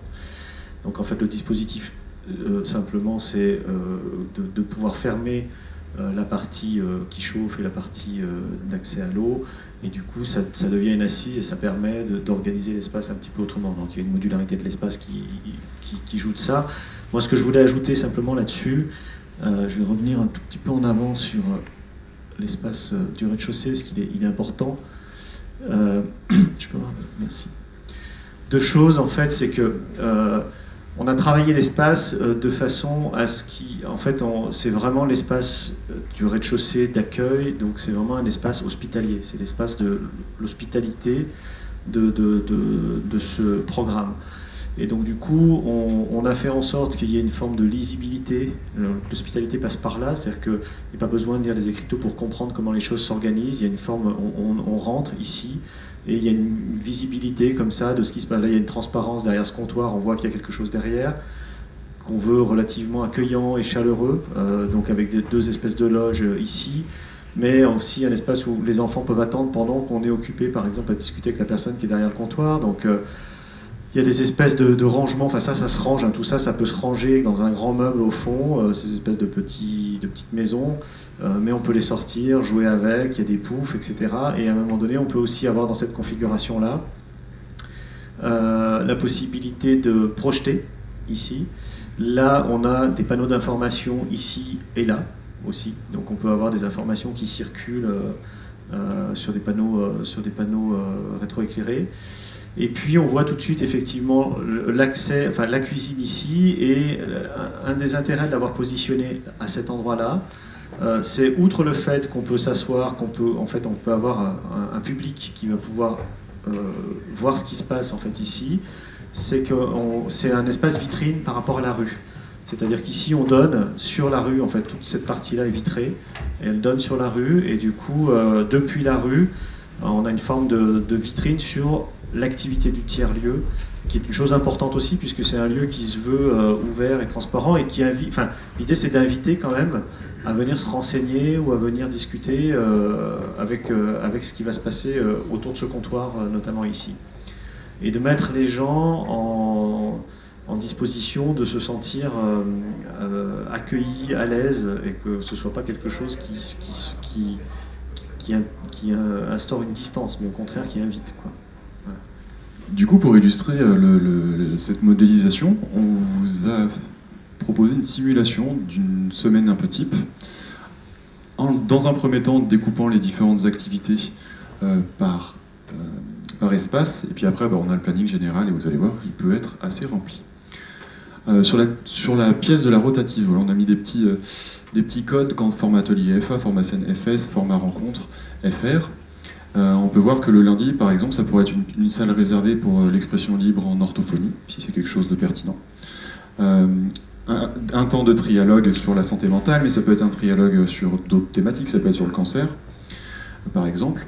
On peut imaginer un temps pour du théâtre et santé mentale, de la guidance parentale avec les plus grands, du coup on peut se retrouver sur le format atelier, une conférence d'une association sur la thématique santé auprès des professionnels de santé par exemple, pour pouvoir être informé, vous, de tel asso, elle fait ça sur le territoire, une micro-conférence, ça peut être envisagé.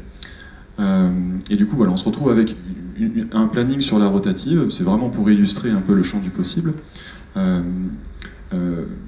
mais qui sera du coup réservable sur la site internet, c'est quelque chose de, pour somme toute important, de réservable, et du coup d'afficher aussi pour vous dans la tisanerie, pour que vous voyez voilà, tout ce qui est fait, et du coup vous aurez bien évidemment les portes ouvertes. Maintenant sur le côté comptoir cuisine, par exemple, on pourrait imaginer sur la thématique, quand on est en format cuisine créative, la thématique cuisine aidant, et la thématique cuisine parentalité. On peut imaginer d'autres sujets. Et sur le format plutôt comptoir de l'hospitalité, la thématique de l'alimentation et de la chimiothérapie, et de l'alimentation et le diabète par exemple. Et peut-être que une première semaine, ça peut être un dispositif sur 2-3 sessions pour une personne, et que la première semaine, on va faire quelque chose de peut-être un petit peu théorique, pour pouvoir expliquer les difficultés que les personnes rencontrent quand elles suivent une chimiothérapie. Et la semaine d'après, basculer du coup sur effectivement l'utilisation de la cuisine créative. Donc on peut imaginer voilà, sur des dispositifs qui fonctionnent sur plusieurs semaines. Le comptoir des aidants et le comptoir de l'interculturalité, avec la grotte pédagogique, du coup c'est l'espace ici. Par exemple, on pourrait avoir la question de l'aidance et la santé mentale. Un créneau fixe, où différentes structures et associations pourraient venir, ce qui fait qu'elles ne s'épuiseraient pas à venir toutes les semaines. Mais si on a 4-5 structures qui ont envie d'évoquer, ont envie de parler de ce sujet-là, elles pourraient venir une fois par mois, pendant 2 heures, pour tenir le comptoir. Thématique aidance et ALD, affection longue durée. Donc là, on voit aussi la diversité des acteurs possibles mobilisables. Aidance grand âge, là aussi, il y a une diversité d'acteurs, c'est sûr. Maintenant, on peut aussi avoir une réflexion pour utiliser les 2 espaces en même temps. Donc le côté grotte pédagogique et le comptoir des aidants, sur la question par exemple de l'aidance et petite enfance. Voilà, on va se retrouver du coup dans une situation où il y aura très certainement l'enfant et 1 ou 2 parents, et du coup on pourra accueillir les enfants et les parents. L'après-midi par exemple on pourrait utiliser juste cet espace, sans le comptoir, juste cet espace mais en format guidance parentale petite enfance. Le jeudi, on pourrait travailler par exemple sur la prévention santé des mères isolées, en utilisant la grotte pédagogique. Et après, on pourrait basculer sur la deuxième moitié de semaine, où on utilise plutôt le comptoir sur l'axe interculturalité. Donc prévention santé pour les arabophones, prévention santé pour les turcophones,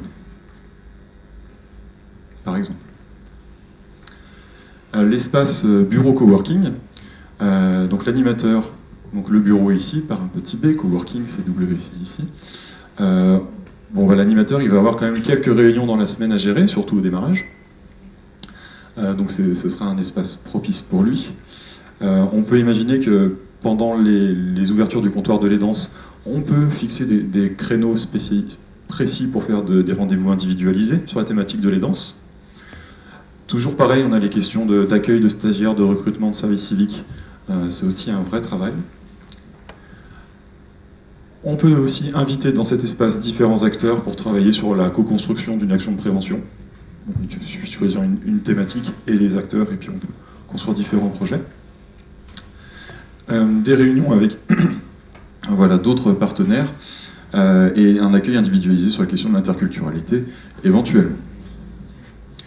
On peut aussi utiliser cet espace comme un espace de formation, soit pour former les aidants, ou l'éducation thérapeutique, ou former les aidants, ou former d'autres personnes à la question de l'aidance, ce qui est tout aussi intéressant. Du coup, quand on mixe tous ces plannings, on se retrouve quand même sur une semaine bien animée, sur les différents espaces. Et l'objectif final, en fin de compte, c'est que les bénéfices, qu'il y ait un cercle vertueux. C'est-à-dire que l'AMSP va faire venir des personnes, un certain nombre de patientèles, qui pourraient du coup sensibiliser. On va faire venir d'autres personnes qui ne pensaient pas forcément venir dans la MSP, donc ça va aussi vous orienter de la patientèle. Et on va pouvoir collaborer ensemble, du coup, sur des dispositifs avec des degrés d'implication souhaités. Voilà. Merci beaucoup. Si vous avez des questions. Donc, vous voyez, on avait un niveau d'ambition haut, Je pense qu'on peut estimer l'avoir obtenu sur le papier. Maintenant, il reste à l'obtenir dans la réalité. Ça dépendra bien évidemment de vous. On vous donne un outil, hein, c'est un piano à queue ou une Formule 1 comme vous voulez. Vous pouvez rouler à 30 à l'heure ou à 200 à l'heure. Vous pourrez le faire individuellement ou collectivement. Et maintenant, c'est au maître d'usage aussi de répondre. Et puis, on a la chance, monsieur le maire est présent, et il veut vous écouter. Et puis, il aura aussi à intervenir, puisque, bien évidemment, c'est lui qui est, avec ses élus, son équipe, qui est porteur de ce projet. Je vais juste rajouter un petit mot. Bonjour, Tiffany Père, équipe au Santé Sten. Entre la présentation de Marc et la présentation de Yann et André. Pour mettre en évidence en fait ce qui se passe ici, nous on connaît beaucoup de collectivités effectivement qui ont initié des démarches patrimoniales, enfin en tout cas sur des bâtiments pour augmenter leur offre de soins primaires sur leur territoire. Mais en fait, il existe des lieux sans fonction. Donc on a vu des maisons de santé s'ouvrir sans vie, sans professionnels de santé dedans. Et on voit bien ici, en fait, en résumé, c'est que il n'y a pas de fonction sans lieu. Et ça a été tout le travail initié par Marc, par la SAGIM. C'est à partir d'un lieu, comment on va créer un écosystème, enfin déjà une réflexion pour donner de la fonction à ce lieu, et donc apporter différents acteurs, les acteurs futurs et des acteurs qui les permettent de penser ce lieu futur. Donc un lieu qui est dédié à une fonction, à des fonctions, et avec ces fonctions, elles ne peuvent pas exister sans non plus dispositifs qui n'existent pas sans animation humaine en fait. Voilà. Donc, c'est une langue au partier. Ah bah oui. Correction à chaud. Alors effectivement, je pense qu'on a été les premiers à être impliqués dans ce projet en tant que professionnel de santé, et avec des réticences au départ, hein, c'est vrai, faut le reconnaître. Et effectivement, voilà, c'est ce que je disais c'est ce qu'on disait avec ma collègue. Voilà, c'est un très beau projet qui donne envie.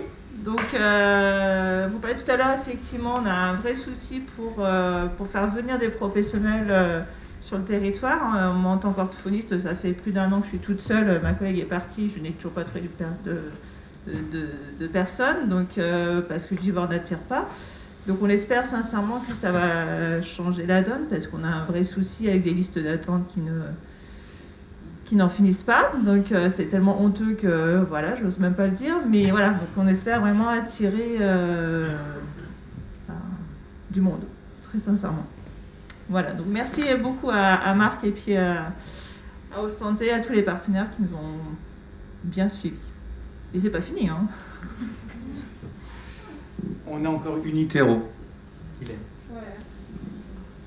Sur le tiers-lieu, un peu comme Céline, j'étais assez dubitative au départ. Enfin, je m'imaginais au pied d'une grande montagne en me disant qu'est-ce que c'est encore que ça, qui va nous apporter énormément de travail. Enfin, bon.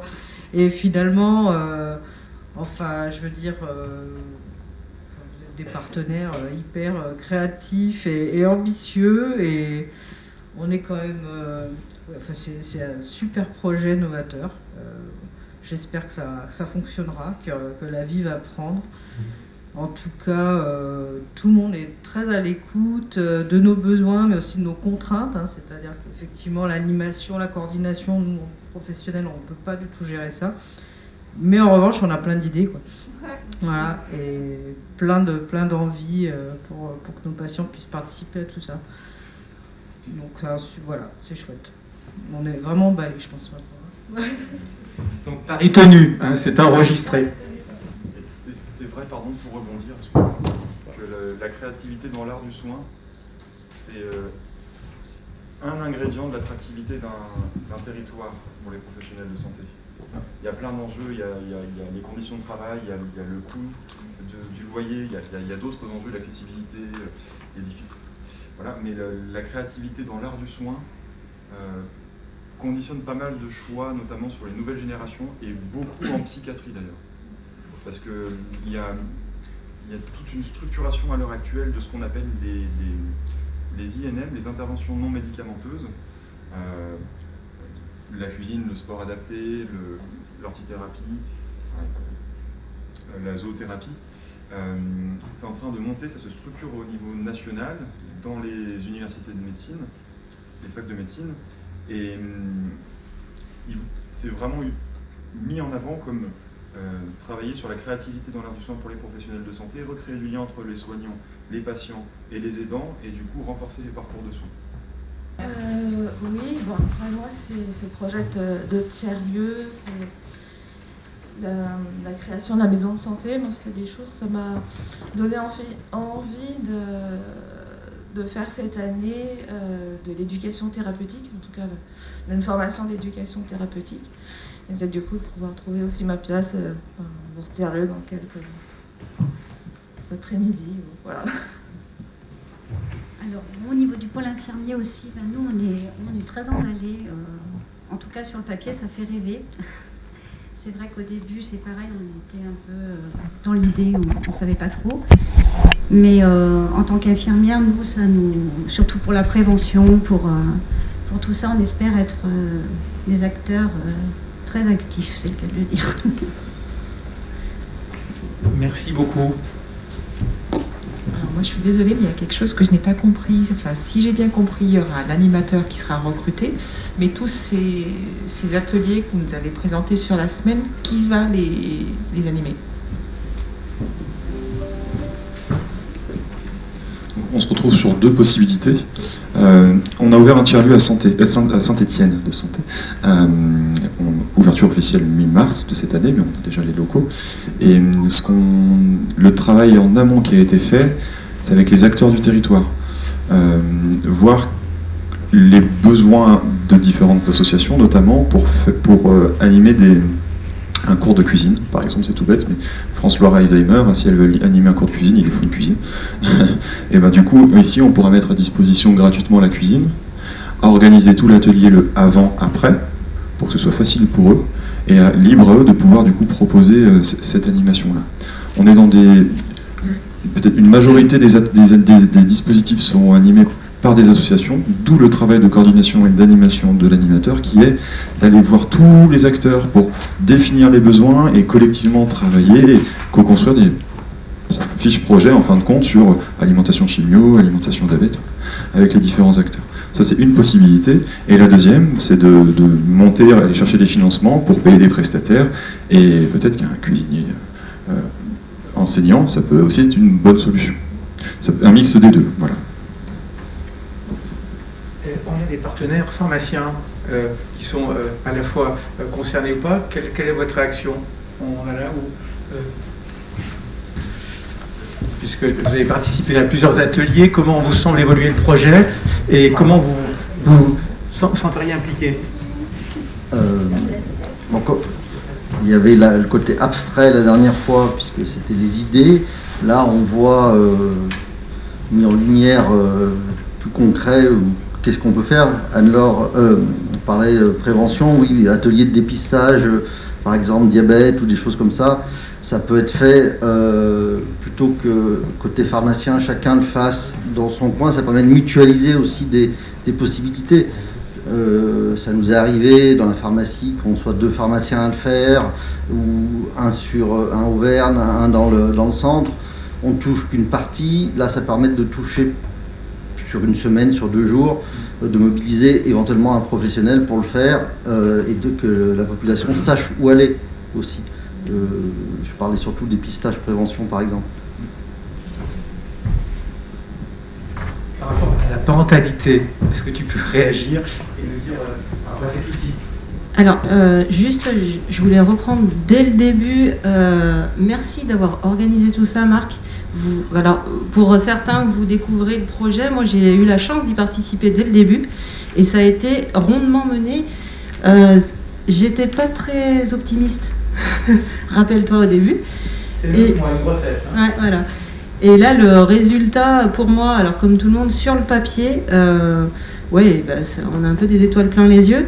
Alors moi, je suis infirmière puéricultrice de base, donc c'est encore plus important pour moi. Et c'est ce qu'on disait avec les médecins, orthophonistes, on va peut-être enfin pouvoir travailler ensemble, ce qui est vraiment intéressant sur de la prévention et le scolaire. Après, en termes de parentalité, on sait tous que sur le territoire, il y a un gros travail à faire de soutien à la parentalité, et j'espère que ce lieu-là sera un des lieux propices à pouvoir soutenir les parents dans leur démarche. Monsieur le maire, par rapport à votre société aussi, la médiation, le fait d'atteindre des objectifs, on est très ambitieux, on a les partenaires autour de nous, vous qui êtes le porteur de projet. Non, bonjour à tous. Je voulais juste plutôt dire un petit mot de fin de votre séance de travail, parce que au final, non pas, je ne vais pas rentrer dans le projet, parce qu'en fait, pour ma part et pour les élus, en fait, la seule commande politique a été vous nous faites une maison de santé, qu'elle soit innovante et qu'elle réponde aux besoins de la population. Et là, on a eu la convergence à la fois de professionnels qui souhaitaient se regrouper et à la fois une volonté politique de vouloir faire et d'accompagner cela. Et mon rôle à moi, c'était d'être facilitateur. D'abord, je tiens, et ça sera mon mot, excusez-moi, j'enlève mon masque parce que j'ai un peu de mal à parler, puis je crois que je suis vacciné. C'est de saluer pendant un an les professionnels qui se sont réunis, parce que là c'est sur vos temps de travail, et avec notre opérateur qui est la SAGIM. Saluer ici, parce qu'il n'y a pas une semaine où ce projet-là, que ça soit le directeur général de la SAGIM ou bien l'élu en charge de la santé, Madame Alali, je tiens à les saluer les deux, même si par moments ils me pressaient énormément sur me dire, ben voilà, on en est là, on avance, les professionnels se réunissent, et c'est ce qui m'importe aujourd'hui. Monsieur, et vraiment je tiens à saluer la façon dont vous avez mené en tout cas ce projet, et il n'est pas fini, donc maintenant à charge à nous tous de le sortir de terre. Donc il y a encore quelques points de réglage, mais on est en train de s'en occuper, de finaliser tout cela. Mais en tout cas, ce qui est à l'intérieur, la façon dont les choses vont s'organiser, je vais vous le dire comme je le pense, c'est du ressort des professionnels et du partenaire. Et donc là, on a eu deux partenaires qui nous ont accompagnés, Eau Santé et Dannecker. Donc je tiens à vous saluer en tout cas pour le travail d'accompagnement que vous avez eu. Puis je le ressens dans la prise de parole cet après-midi, sur le fait que véritablement on est parti d'une utopie à quelque chose qui semble réaliste aujourd'hui. Et là pour le coup, ça veut dire que vous avez bien travaillé, voilà, les uns et les autres.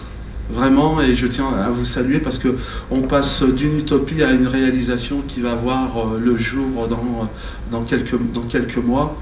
Parce que le temps de trouver quelques matériaux, parce que c'est un peu ça, vous en avez mis beaucoup. Donc, mais c'est surtout l'engagement des professionnels. Souvent on dit les professionnels de santé sont chacun dans leur bulle, chacun dans leur...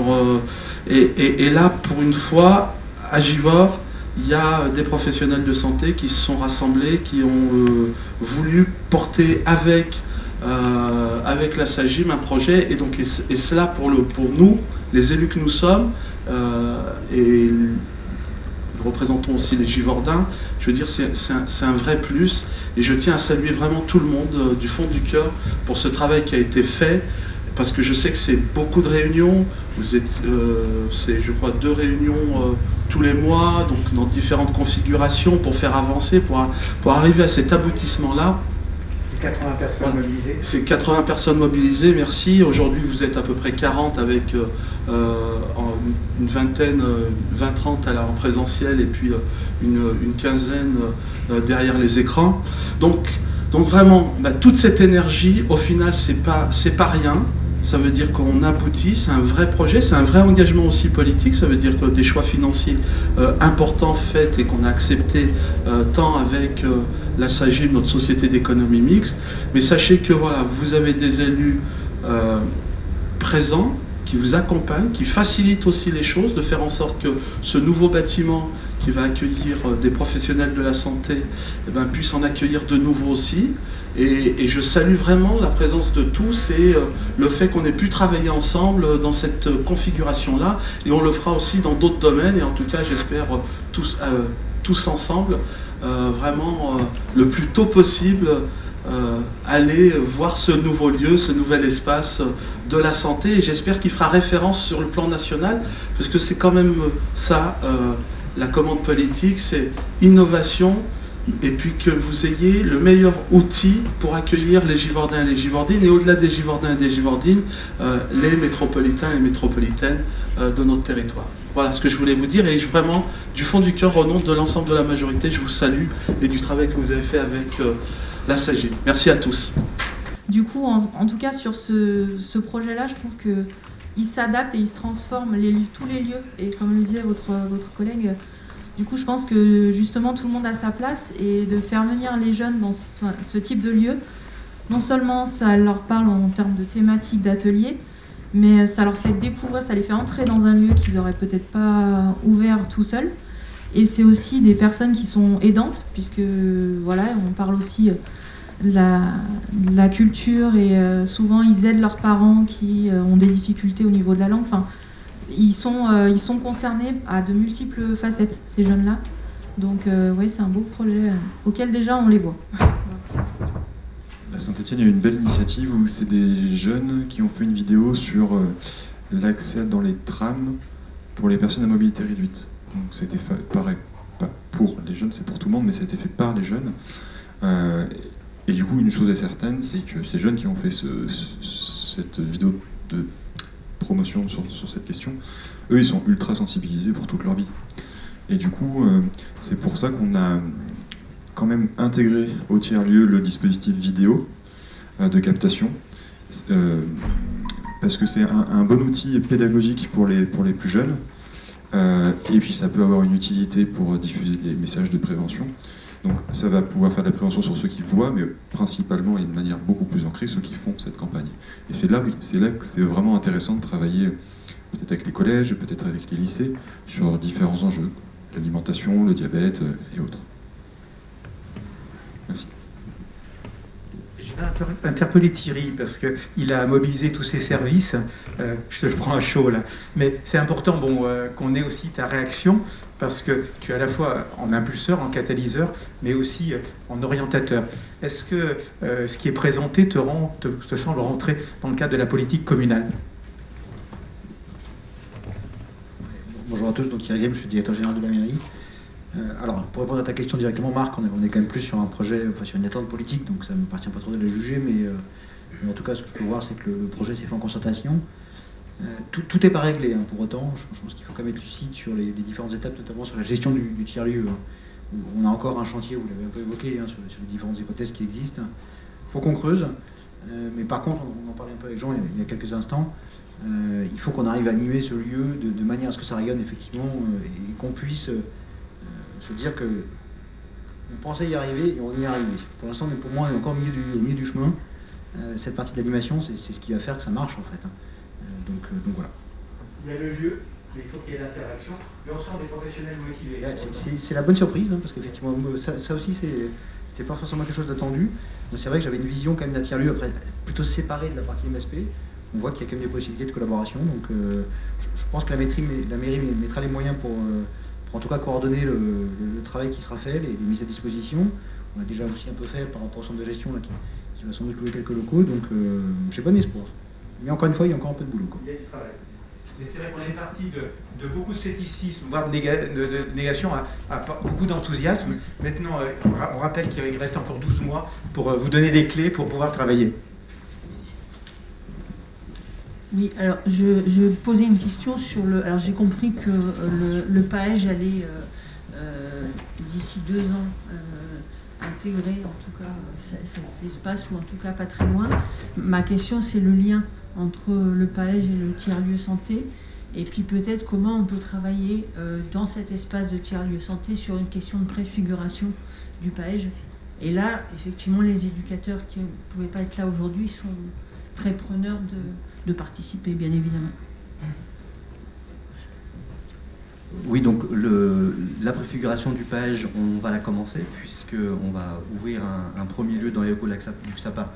Et pour le coup, on va déjà travailler avec vous, et je pense aussi à la mission locale, à une dynamique partenariale pour faire vivre déjà ce PAEJ, en interrogeant son intégration dans les locaux de la CAF en 2024. Et c'est tout à fait évident qu'il y aura des ponts et physiques et techniques avec le tiers-lieu. Les jeunes feront aussi, animeront et seront sensibilisés dans ce lieu-là. Et quand tu parlais des vidéos et des captations, ils seront aussi acteurs pour faire vivre ce tiers-lieu, c'est évident. C'est ce que j'imaginais, mais Ah ben c'est sûr, ça serait quand même dommage que le PAEJ se retrouve entre une crèche et un tiers-lieu de santé et restant dans son petit coin. Donc non, il y aura évidemment des dynamiques collectives, mais ça sera le boulot de Cordeau avec les partenaires. Mais ça, je pense que ça va être une partie de mon travail. Et puis après, ça sera ce que disait le directeur général des services, la question de l'animation au quotidien, qui reste un point majeur à interroger dans les prochains mois. Mais je ne m'inquiète pas sur les partenariats et sur le faire vivre, ça je l'ai déjà dit, parce qu'il y a vraiment une vraie dynamique à Givors, et puis on a plein d'autres partenaires. Il y a une compagnie de théâtre là, qui est extrêmement intéressée pour venir. Elle travaille en amont, par exemple, avec des gens qui souffrent de diabète. Et puis, après, il y a une pièce de théâtre qui est issue de la sensibilisation au diabète, avec des diabétiques qui sont dans la salle ou des aidants. Et au lieu de faire une sensibilisation au diabète dans une salle de réunion, où personne ne vient, où ce sont toujours les mêmes, là, il y a vraiment un rôle proactif et dynamique dans ce lieu-là. Donc, les idées, on les aura, c'est vraiment l'animation qui sera le sujet majeur. Marielle Schmidt de l'Agence régionale de santé, du coup, je vous remercie d'abord de m'avoir invité à cette présentation et pour tout le travail mené par les différents acteurs sur ce projet. J'avais une interrogation à la suite de cette présentation, c'est finalement comment les habitants de Givors vont se reconnaître dans ce lieu. Parce qu'on voit que c'est quelque chose qui est un côté très très moderne, un peu très beau, et c'est bien, il faut des beaux endroits pour les habitants, mais en même temps, il faut aussi que les gens se sentent à l'aise dans un lieu comme ça, et un lieu aussi moderne, présenté avec des termes aussi très... un peu techno, c'est peut-être trop dire, mais les termes utilisés pour présenter les différents espaces, ça peut tout de suite faire un peu peur. Et du coup, il existe aussi, alors c'est une approche intéressante, mais il existe aussi d'autres approches qui partent de manière beaucoup plus terre-à-terre de l'expression des habitants. Je pense actuellement à un centre de santé qui existe depuis un peu plus d'1 an sur Vaux-en-Velin, où là, ils sont partis d'un espace de travail très basique, pour le coup, pas du tout comme celui qui est présenté ici, au pied d'une tour à Vaux-en-Velin, mais ils ont vraiment impliqué les patients de ce centre de santé et les habitants de ce quartier pour que ce lieu, ils se l'approprient. Et du coup, il y a des habitants qui font de l'accueil café en lien avec la médiatrice qui fait l'accueil sur ce lieu, qui ont fait un grand mur, le mur de la santé, où chacun écrit ce qui est important pour lui concernant la santé, comment lui prend soin de lui ou des autres. Et c'est vraiment un lieu qui, du coup, est très incarné par les gens. Et là, encore plus récemment, un point qui est apparu important pour les patients et aussi pour les professionnels de santé, c'est la partie hygiène, avec parfois des patients, parfois issus de la rue, même, qui, pour être à l'aise dans une consultation médicale, ont besoin de se sentir propres, ne le sont pas quand ils arrivent, et peuvent être accompagnés pour se faire propre et beau, entre guillemets, avant la consultation. Et ils ont fait un atelier participatif avec les habitants et une association d'autoréhabilitation pour créer une douche Mais c'est vraiment un petit groupe d'habitants qui a travaillé à la création de cette douche dans ce centre de santé.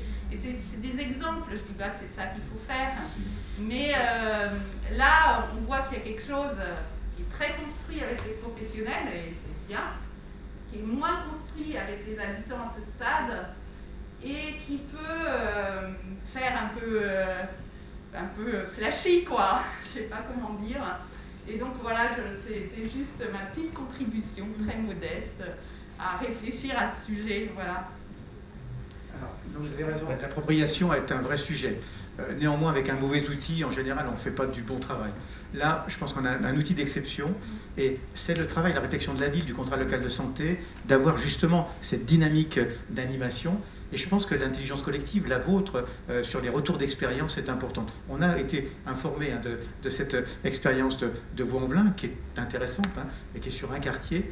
Là, j'allais dire, on a l'ambition de l'avoir à l'échelle non seulement de Givors, mais au-delà. Et attention, la vraie problématique, c'est bien d'avoir des professionnels de santé. Parce que la priorité, parce que si on n'a pas de proposition de soins, on pourra bien tout faire. Et là, c'est vrai que si on n'a pas cet outil, on aura du mal à attirer des soignants, des apprenants. Et moi, je suis persuadé qu'avec une dynamique comme ça, on va apporter aux soignés et aux aidants un outil exceptionnel qui va s'approprier. On n'a pas eu le temps de parler, on veut faire un jardin thérapeutique, on veut faire des espaces à côté, extérieurs, qui vont être appropriés. Tout à l'heure, Stéphane en a parlé, il y a la crèche, il y aura donc nécessairement un pôle de parentalité, il y a le point écoute jeunesse, on a d'autres espaces dans lesquels on pourra répondre. Et l'idée, c'est aussi un épicentre, on a oublié de le dire, c'est en face de la poste centrale, c'est vraiment l'épicentre de Givors, et on va faciliter pour que les gens rentrent. Et c'est pas parce que l'espace est beau, et technologiquement, qu'il sera peut-être refouloir, ça dépendra aussi beaucoup, on peut en parler, de la qualité de l'animation. Et du partenariat qu'on va pouvoir trouver. Et j'allais dire, vous êtes là, il va aussi nous falloir des moyens. C'est-à-dire que les choses, elles ne se passent pas par magie. Un animateur, ça coûte.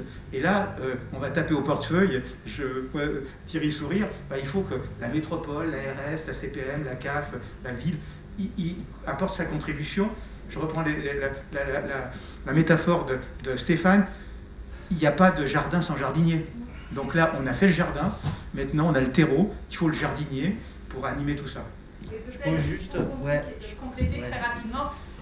Il y a aussi, là, dans la présentation, beaucoup de thématiques, de sujets qui sont présentés. Et ce qui est important aussi, c'est de faire émerger les sujets que les gens, eux, ont envie d'aborder. Et dans d'autres expériences, on voit que c'est beaucoup en partant de ce que les gens expriment, de quelles sont leurs difficultés, quels sont leurs questionnements, qu'on construit aussi un programme, c'est pas en disant voilà, on va parler de ci, on va parler de ça, voilà. Et puis le travail aussi que les professionnels de santé peuvent faire, de repérer aussi comment mettre en avant des patients, des bénéficiaires qui peuvent être moteurs et qui peuvent être eux aussi emporter d'autres habitants avec eux. Et c'est vrai que dans d'autres lieux, il y a par exemple des groupes de femmes qui se sont créés, et c'est vraiment la stimulation entre elles qui fait qu'elles vont avoir envie d'aller faire de la marche ensemble, de l'activité physique ensemble, parce qu'elles se motivent les unes les autres, et finalement c'est quasiment porté par elles. Et ça, c'est aussi quelque chose, je pense, qui sera travaillé, de partir des attentes, des questions des gens, plutôt que d'être trop descendant. Voilà. Alors, rappelons qu'il y a deux maîtrises d'usage, la maîtrise d'usage des professionnels autour de nous, mais il va de soi qu'il y a un gros travail, et on a 1 an pour le faire auprès des maîtres d'usage qui sont les patients. Oui, juste un petit bémol, Marielle, mais je pense que tu l'as remarqué. Si on a moins de malades, ça sera bien aussi pour les médecins. Donc toutes les actions de sensibilisation au préalable sont absolument essentielles. Et l'intérêt justement de ce tiers-lieu-là, c'est de pouvoir faire rencontrer le curatif avec le préventif et qu'il y ait des interactions entre les deux. Mais ce lieu de sensibilisation et de promotion de la santé est absolument essentiel. Et là, on a justement une année pour aussi mobiliser les habitants, et c'est toute la question de la démocratie sanitaire. On va le commencer sur les questions de santé mentale, où on va travailler avec les habitants des quartiers prioritaires dès cette année justement pour avoir des actions en leur direction et pour entendre leurs attentes, parce qu'on connaît les besoins, mais là il y a vraiment besoin d'affiner les attentes sur ces sujets-là. Mais on a un bon bout de temps pour travailler là-dessus et je ne m'inquiète pas sur le fait, alors non pas d'une appropriation dans un premier temps, mais que ce lieu-là prenne en compte les attentes aussi et d'abord les attentes des habitants. Mais on a une équipe municipale qui nous le rappellera, ça, je ne m'inquiète pas.